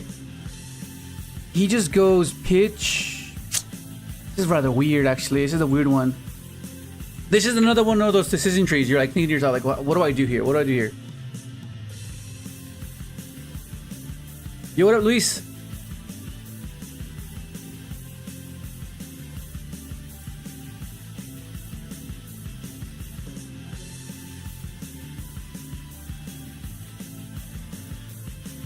Look, if I'm summoning this, if I'm committing to this, I can add and discard that. Because I don't want to bounce anything, right? I don't want to bounce. Oh, actually?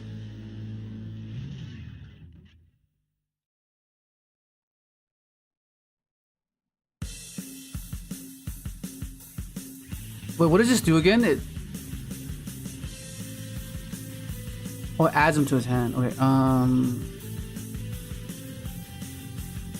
this is actually pretty cooked. Well, let's just add.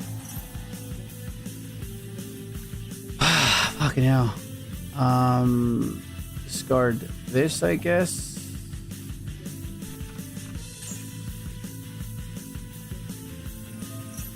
And I feel like maybe Imprim's enough. How's the stream holding up?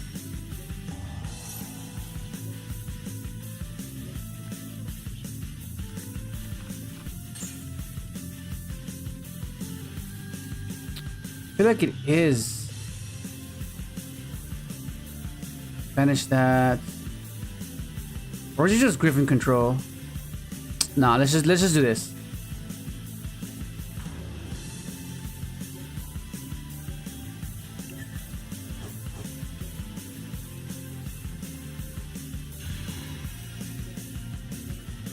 Search off this. And then we chain banish. This and her. Let's go, buddy.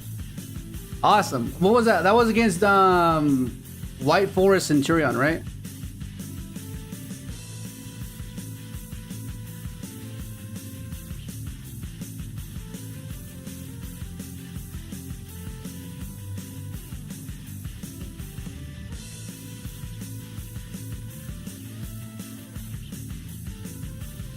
Well, no, it'll trigger the happy if I banish first. You know what I mean? But yeah, generally that's how it goes. Like, you don't always have to go speeder, but I think that gets overlooked. And like doing the changing play there is not something that people consider a lot. And it's like things like that make or break your tournament experience. 205.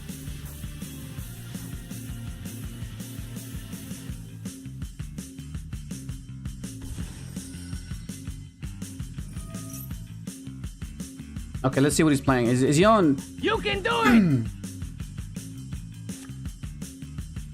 I mean, this is always sees a cash engine here, so I'm not sure.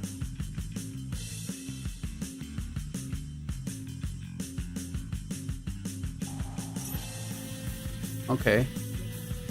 Maybe he wanted to bait me with that at first. Look at hell, bro.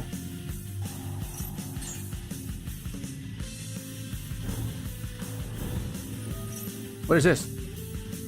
Goblin biker? The fuck is this?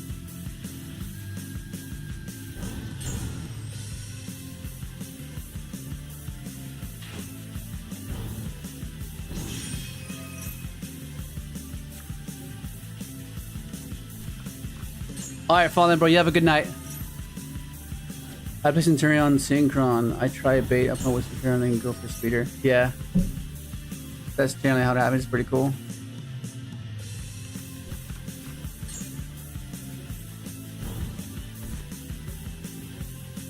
This code was cool. Ever since it was released, I was like, oh, there's some applicability for this.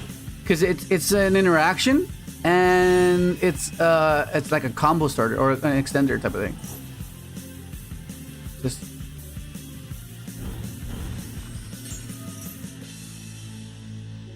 this bell is just sitting in my hand like, what are you doing? This is an effect negation, right? Okay.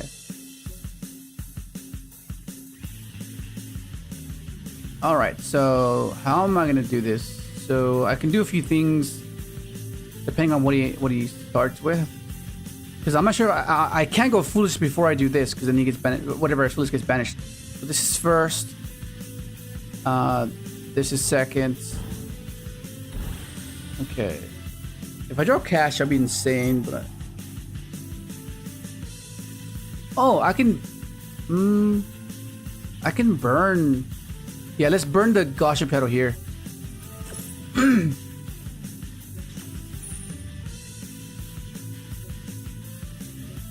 Yeah, I can't have him have unicorn and rip my speeder. No way.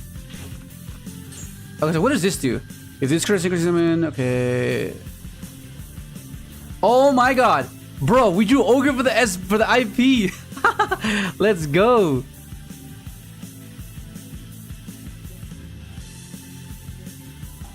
I activate the spell card.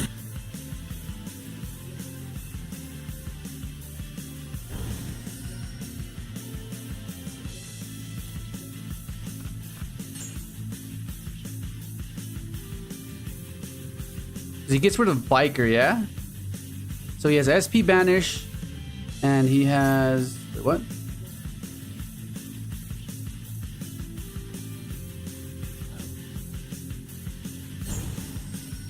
Yo, what up, Dylan Buck?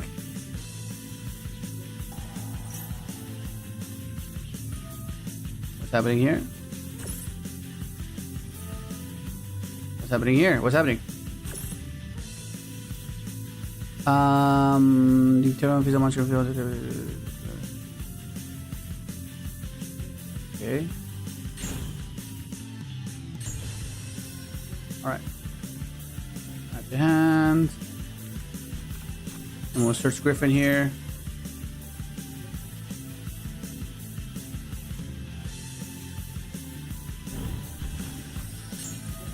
What's all this summoning happening, bro?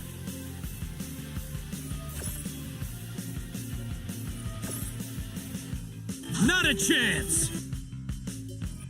Okay, there's the gossip. So then now I can do the... Yes, it's fine.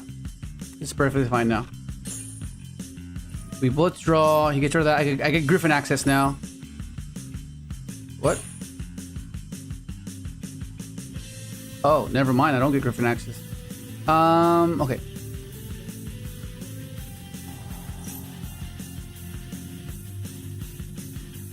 How do I do this? It has to be this, right? There goes Ogre.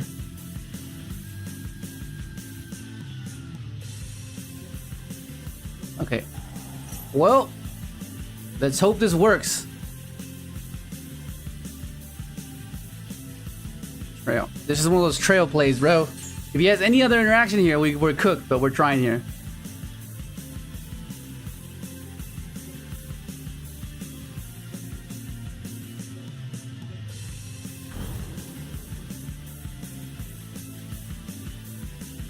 Oh my god, this Wi-Fi, bro.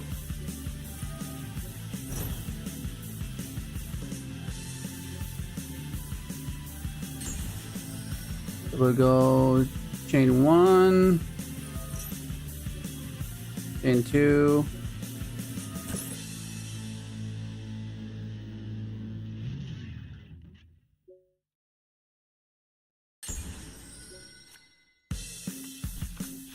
Okay, so this is where it's weird though, because that SP is just gonna banish my shit.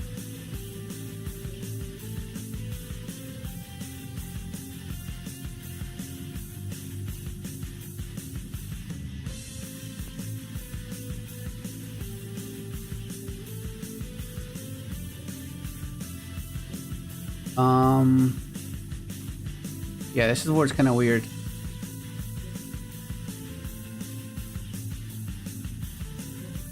Ah, fuck. Maybe.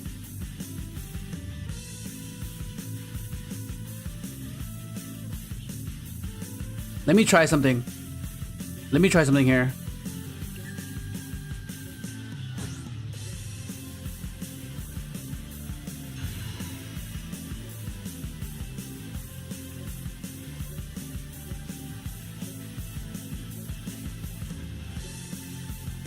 We're gonna turn a combo off main phase 2.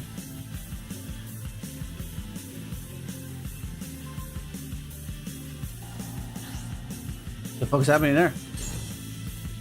What the fuck? Okay, I lose. I didn't even know that I could do that. I didn't even know that I could do that. What the fuck? I thought I was cool. I thought I was like good. I was like, I'm fine.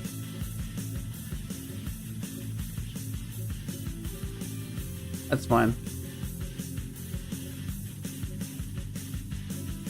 I feel like he's on book, so we will put in a book for the cross out.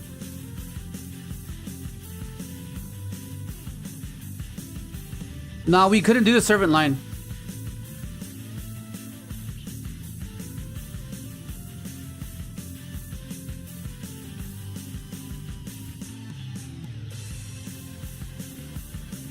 Yeah, no, because I wasn't sure if he was gonna banish my my non-tuner, which would have been so bad. You know what I mean?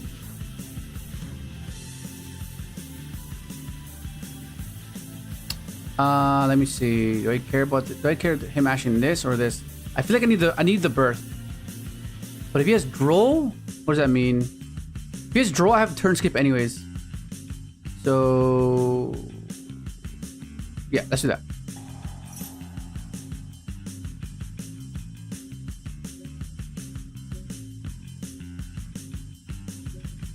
Oh, here's Ash. Here's Ash.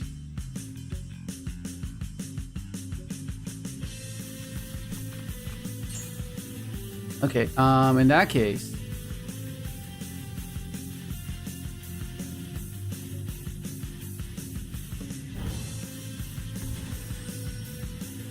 Yeah, he has Ash. It's Ash. Oh, never mind. What the fuck? That's wild. That's wild. Okay,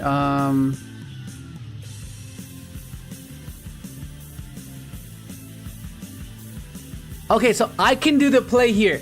I can do the play here where I got hella greedy and I got punished.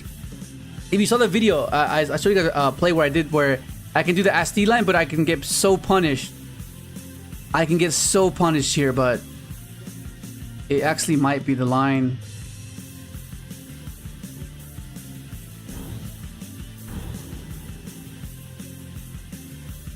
I can go Excel, Revive, Pitch, or I can play it safe.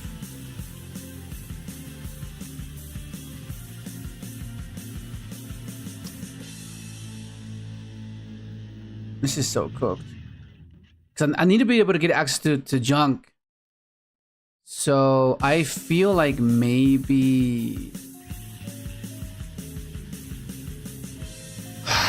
go SD Revive.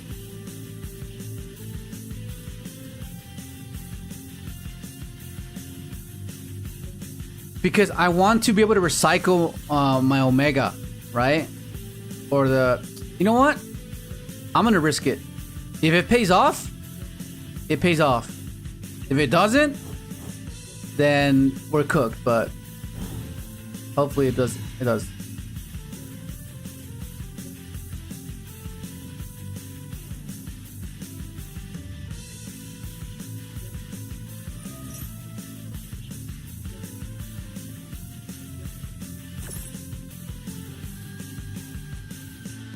He has Ash. Oh my god, what does his headman have?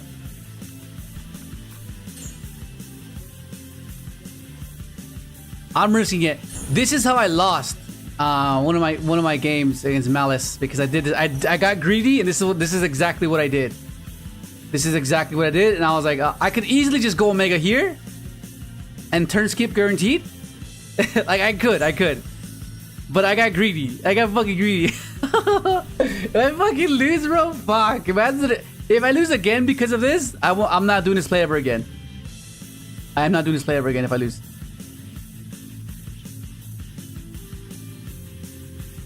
We're risking it here. We are risking it here.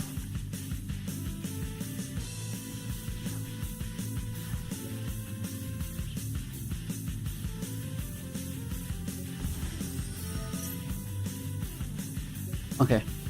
We're doing it here. So we're gonna unicorn rip first. And waste a droplet. If he has a droplet or something here, that'll be great for us. Okay, that's fine. So that means all we do is we turn skip him here.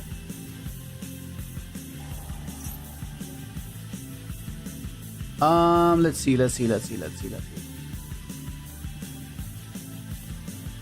Okay, we'll do now. It actually worked.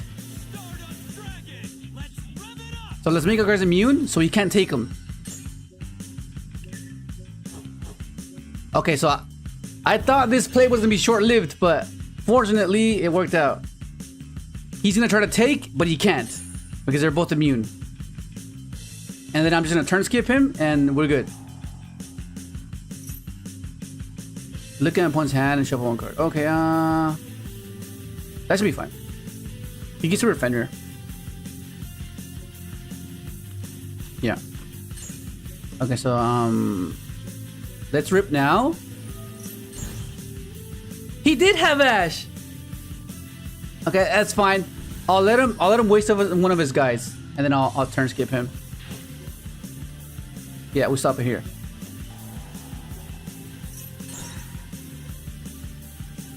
And then our turn, we have combo. We have Omega coming back. Let's go. Okay, okay, so we'll put everything. We'll put Book of Eclipses. We'll put this in as well. Let's take out these guys. Take out this. I'm not sure how good bells are against him though, so I might take these out. Actually, I might take these, and I'll keep these in. So I do want these to go in second. And I'll put. I guess I'll keep a tuning. Labyrinth. Why you don't go for Changi plus Unicorn with Burst? Oh, that's why, Clarence. Yeah, that's why I did that line. That's cool though, right? That's a cool line. I think this is it. This should be fine. Yeah, let's do. Yeah, it should be okay. It's fine. Let's do that. I could play Lancia to stop the. Assuming that deck plays cross out, so chain cross out to the Lancia to the cross out type of thing. Oh yeah. Okay, so this is a bit of a confliction when you have Nibiru and this. Oh shit, he just passed. See, this is what I'm talking about. People brick like this, and you'd be surprised. You'd be surprised, bro. You'd be surprised.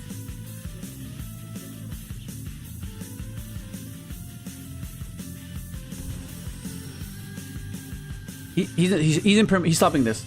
There's no way he's not stopping this. Oh my god. Are you serious? Hey man, I'm applying the pressure here. Let's do this. I'm applying the pressure here. We go battle phase. We're going battle phase, bro. We're going battle phase. Do you want to summon a Mare, bro? Do you want to summon a mirror?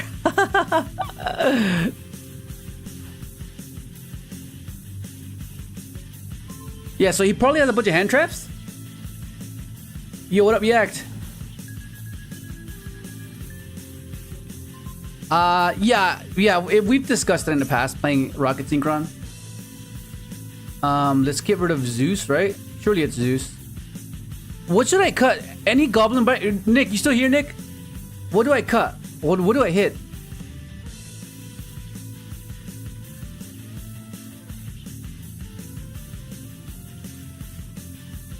Quick launch, basically not synchro. It just adding another normal summon is what we don't want. Like, it's cool. Like in theory, if you don't open up the Synchron, that'd be amazing. You can just quick launch it. It's perfect. But like, it just another normal. I think maybe it's Zeus. No, maybe it's Zeus, because that can play around Nibiru.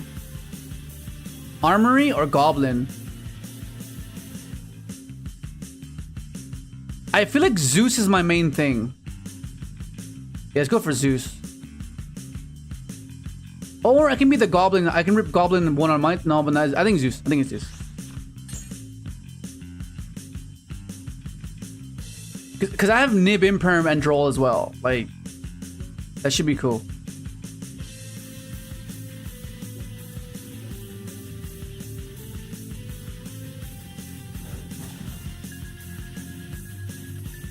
Yeah, and then if he doesn't have maiden next turn, it's over.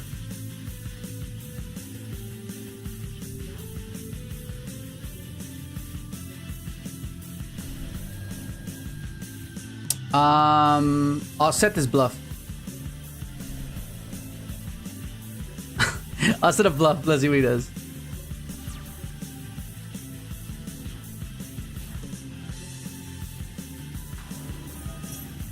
I'm assuming he needs that, right? So we'll imprint that. He didn't have that last turn.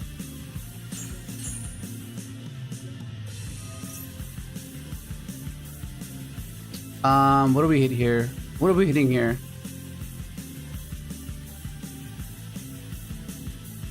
I mean, maybe... Who do I hit?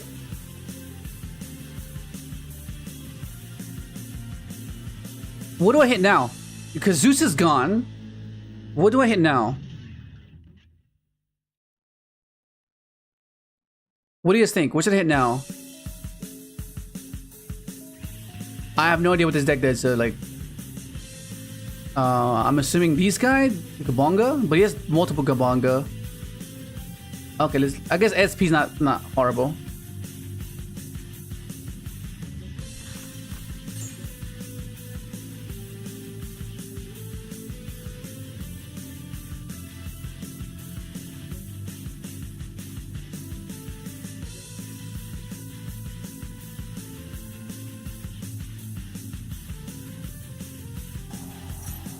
Ugh.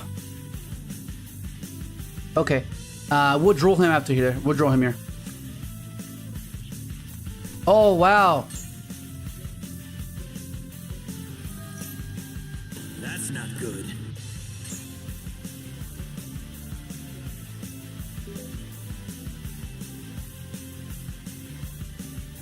He's like, bruh.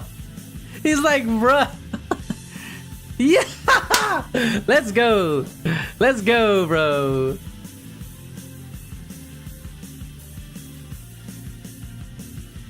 He said, bruh. He said, bruh. He's like, bruh. But you get what I'm saying? Like, that's typically how it goes. Like, you don't always have to go for speeder, but like, just, you know?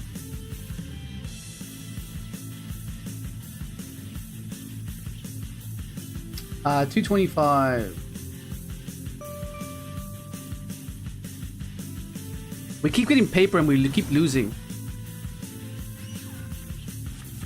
Keep in mind, we've lost every coin flip. Keep that in mind. We lost every coin flip.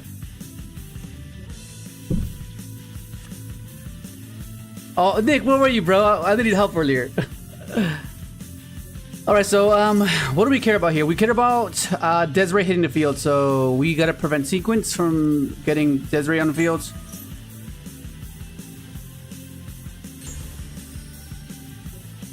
Have you tried Centur-ion engine? Yeah, we have. What up, Crescent?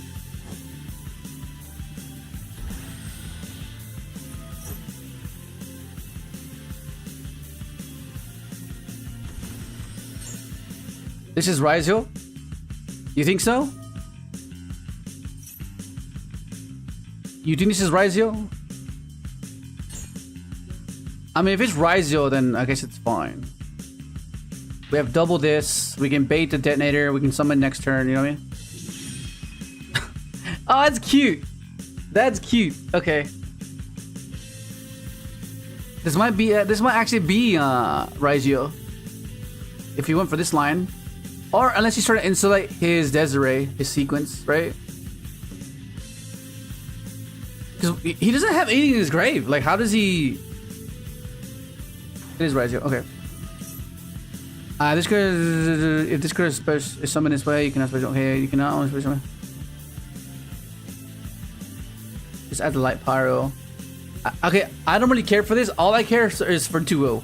I do not want him to have plug-in or the field spell. All I care about. This Caesar might be a bit of an issue though, for sure. Yeah. I send Effect Veiler from my hand to the grave and play its ability. No way. Now until this turn's end phase, the ability of one monster on your field is negated. And then he has detonator. Oh shit, bro, that was it. Hectic.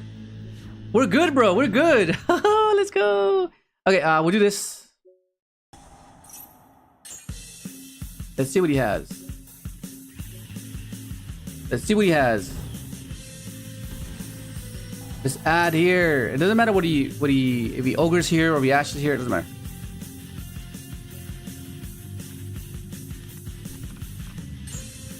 A draw here would be so devastating.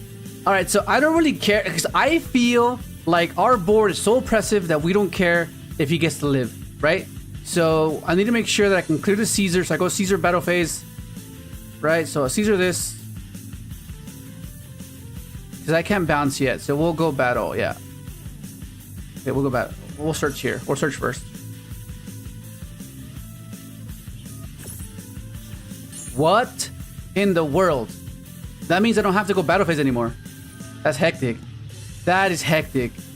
I don't have to go battle phase anymore. This guy cooked, bro. Okay. Let's see if he ogres here. Okay, we're fine. Okay, so we have immune speeder because we have our 7. We have our 7 and we have our 12. Our 4. So let's discard this.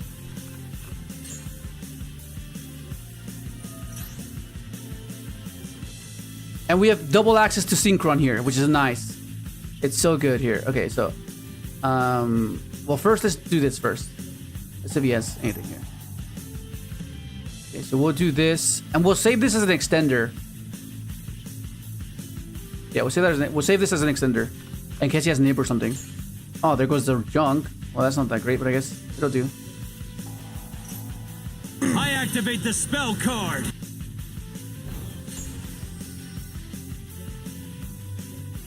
Here we go. Here's my tuner monster jet Synchron. Okay, let's go. Stardust Dragon. Now we have immune speeder, and it should be GG.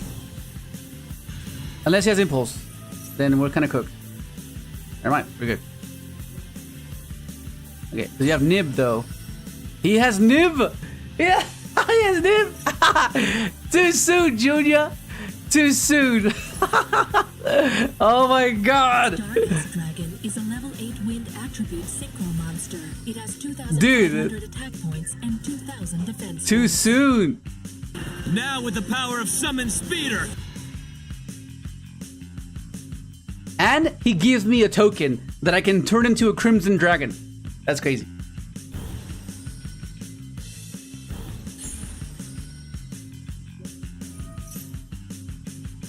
So we go 1, 2, I think it's 3, yeah.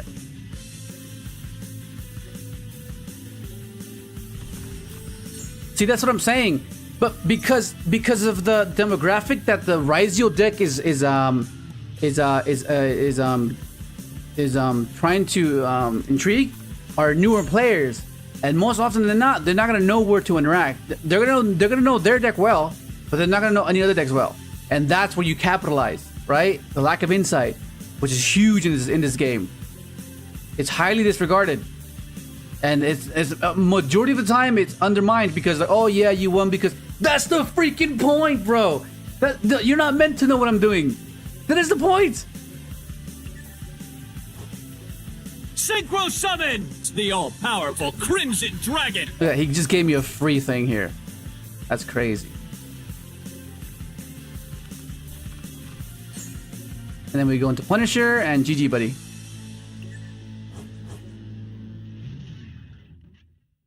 Do you guys see now, bro? Do you guys see? Oh, I fucked up. I got cocky. I was supposed to summon fucking Trail first. Shit. I forgot to summon Trail, bro. It's fine, though. It's fine. This is game already. There's no point to go all crazy with this. We just go... Vanish. Vanish. And go better.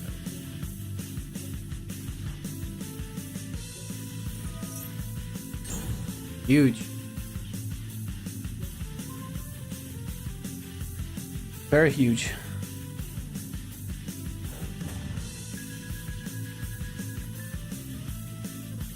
GG.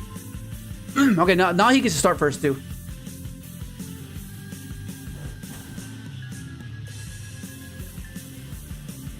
Okay, so now we do the same thing.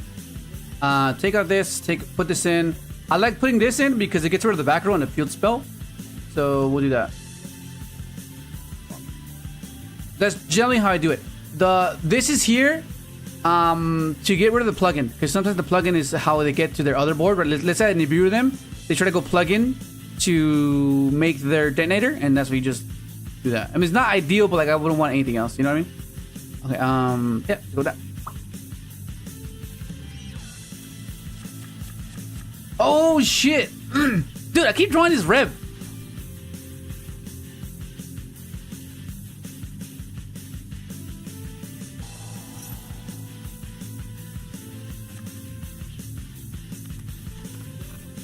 So now, all we have to do now is wait to the end, because we have the 2-card combo that just deals with everything.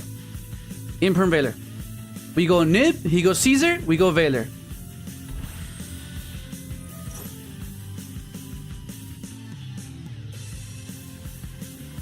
Yeah, both Clarence. Both are immune. Oh no. This is warm. That's how hot it is. My water got warm. Freaking hell.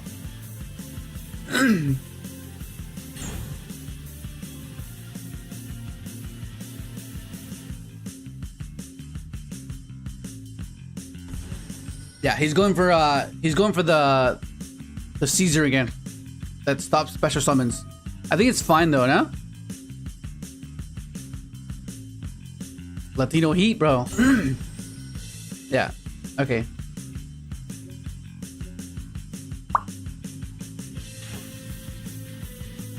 If you don't have access to write, what do you do with tuning? If you search a normal jet, Synchron, how would you? Yacked. Oh, chat. Please answer that for me, please. Answer that for me, please. Oh my god.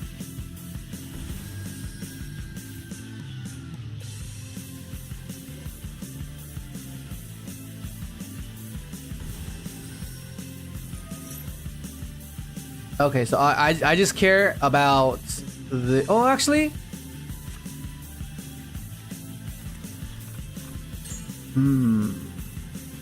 I might be in trouble, though. Yeah, I might be in trouble here. What does that one do? I'm gonna nib him here. I'm nibbing him here.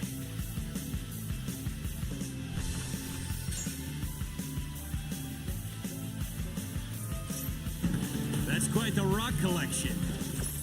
I send Effect Veiler from my hand to the grave and play its ability. Now, until this turn's end phase, the ability of one monster on your Fuck yeah, he had it.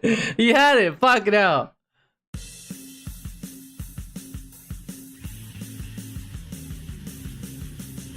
Yeah, that's why, man. I got cheated. You wait, no one. Wait, what? They've been interacting with your speeder, bro.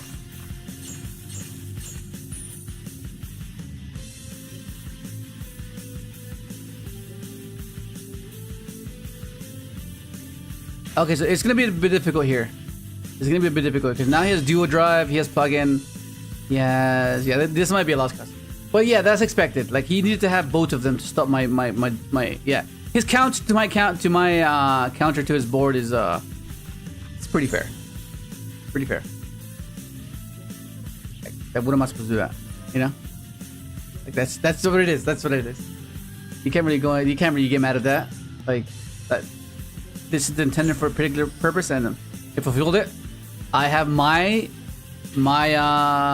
attempt to nullify his attempt and establishing his board, hindering him as much as I can, but he had to counter to it. That's what Yugioh is, bro. Yeah. Okay, so since the chat didn't answer you, Yacked, you just don't, bro. You just don't.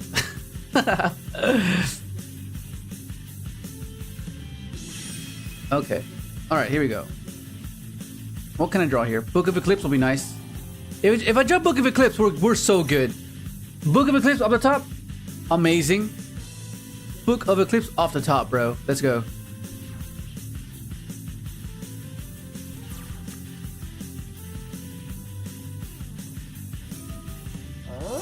That is not what I wanted to see.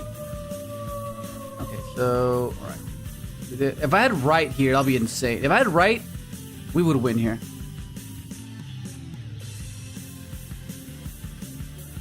Thinking of Ash. Oh, he's thinking of negating it with this. That's fine. I don't expect to win this game. We're just trying to see how far we get.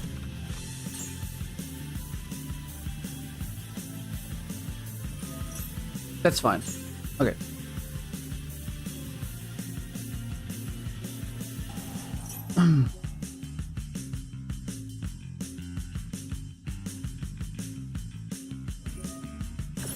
Yeah. Okay. If I had another right, if this was another right, I think it would be okay. But it's fine. We would have gotten 3. It's fine. Okay. Now we go again 3, and then we go everything that we have in play. Put this, and they put this for us. So we'll do that. Take out this. Oh no, keep that, and that's pretty good actually. Take out this. Take out bells. And 2 more cards. We keep this because it's against Charmy. I think 1's fine. We'll keep 1 ogre. But I put this because it's a cross-out target. Something to do that for this. Okay.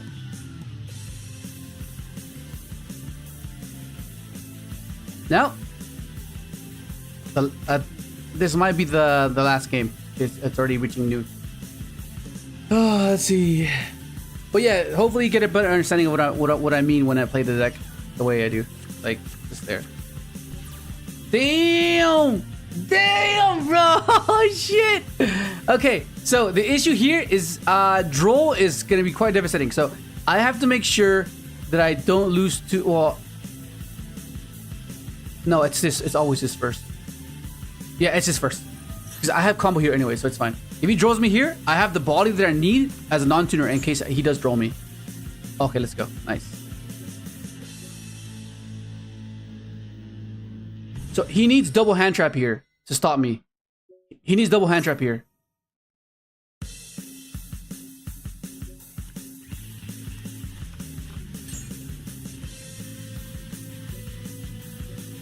I activate the He might spell charming me card. though. I think that's what it is. He might charming me. He's waiting for me to get to the right thing, and he might charming me.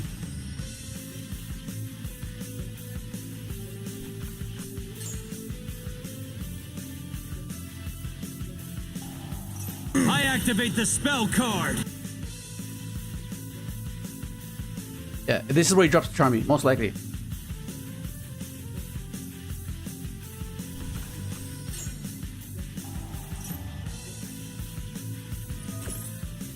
Ogre. That's fine. Let's rip his extra. We win. We win. We freaking win, bro.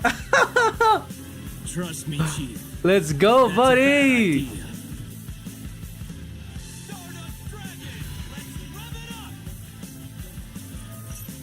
up. Does he have impulse? Does he have impulse? Do I care about impulse? Let me see. Impulse drop, destroys it. Chain block, add. I keep this in hand, just know what it is. He drops the nib. Let me think. I'm trying to play it. Impulse negates, destroys. I don't summon back. I have to pitch. I can reborn. Let me see. Hang on. Let me think this through. Impulse. I don't reborn. I go first. Reborn that. Summon. I don't get to search. I still pitch. Yeah. Okay. Yeah. Oh shit! You didn't have it. Let's go. Does he have the Nibiru though? Let's go, buddy. GG. Let's go. This is what we like to see, bro. This is what we like to see. Scoop it up. Scoop it up. Now with the power of Summon Speeder.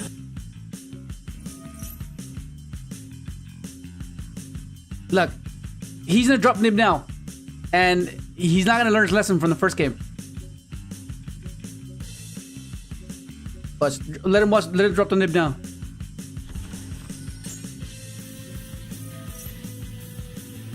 Nib drop. Nib. No? Well, you missed your chance, buddy. You now have Crystal Wing.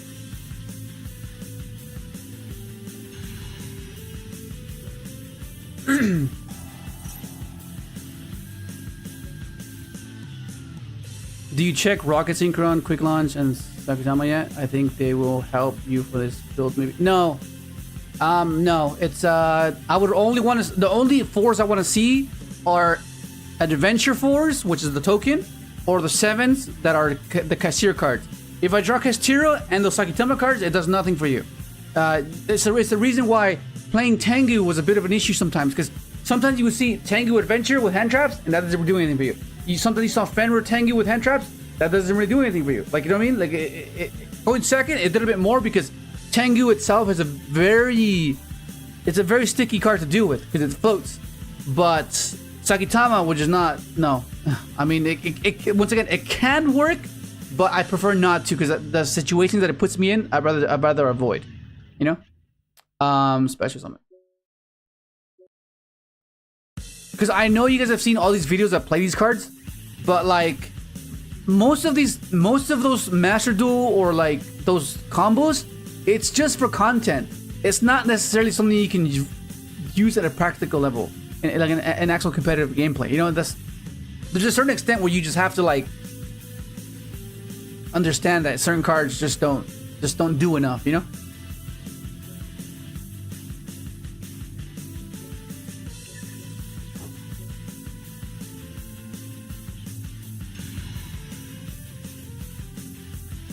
He has something, bro.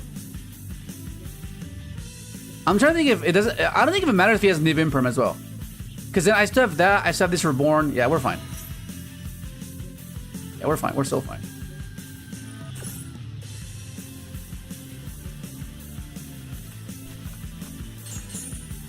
In case you don't have access to Speeder, do you just pass and stop them with your non? Yeah, exactly. Did you just join yet? I think you just joined, right? Yeah, I was talking over the. I mean, you can watch back the stream. I timestamped it. I go over like the whole theory behind the deck and stuff. What are we doing here? Okay, Reborn. Reborn this.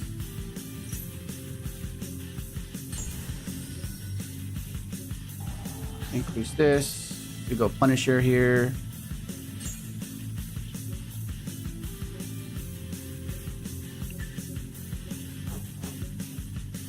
But yeah, I hope it's you're getting a better understanding of the game, of the deck. You know, it's yeah.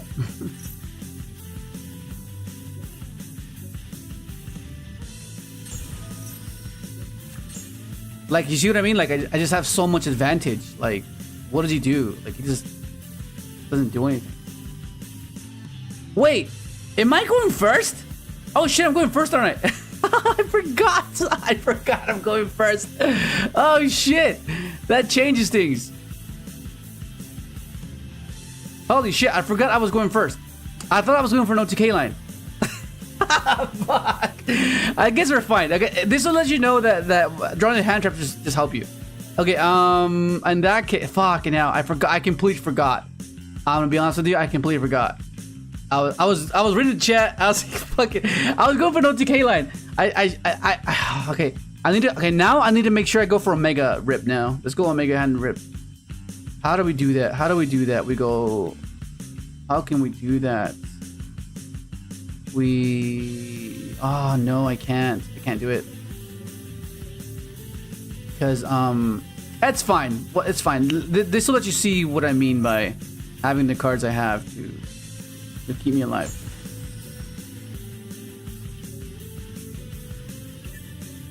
Synchro summon the all-powerful Crimson Dragon. Oh my god, am I lagging? I'm lagging, huh? Fucking hell.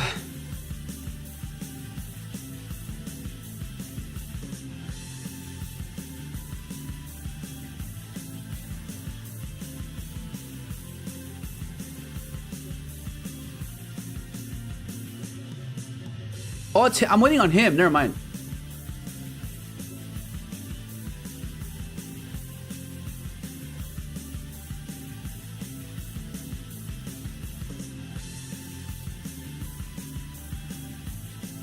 All good, Clarence. All good. Bro,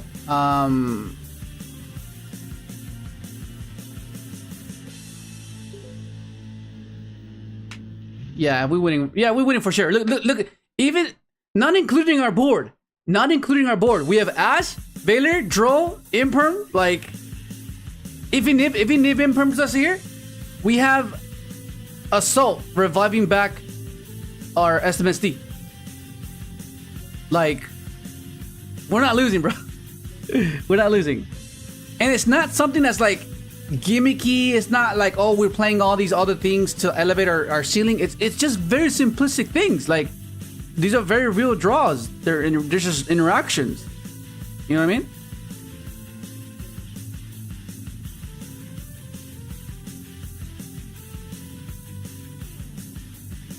I think he's raging, or he probably just quit.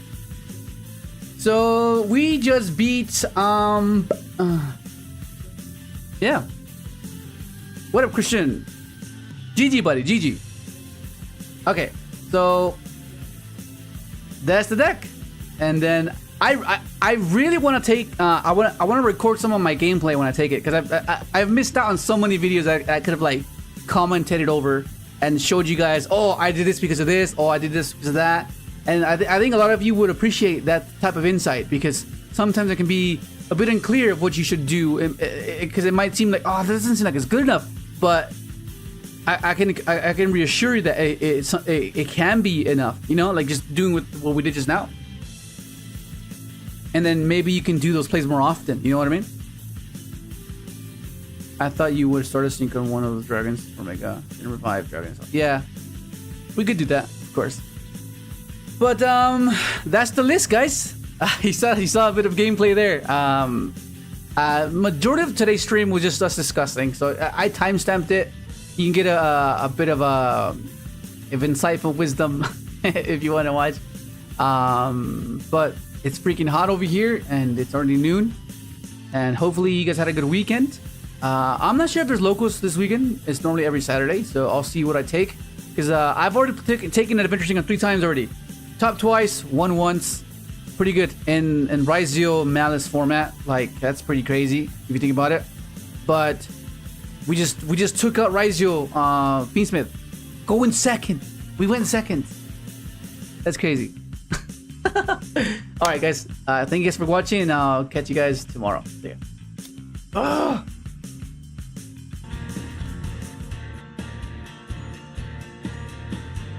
Yodo Strizer. Yeah, check out the timestamp. We reacted to it at the very beginning. All right, guys. You guys have a good night. Good morning. See ya.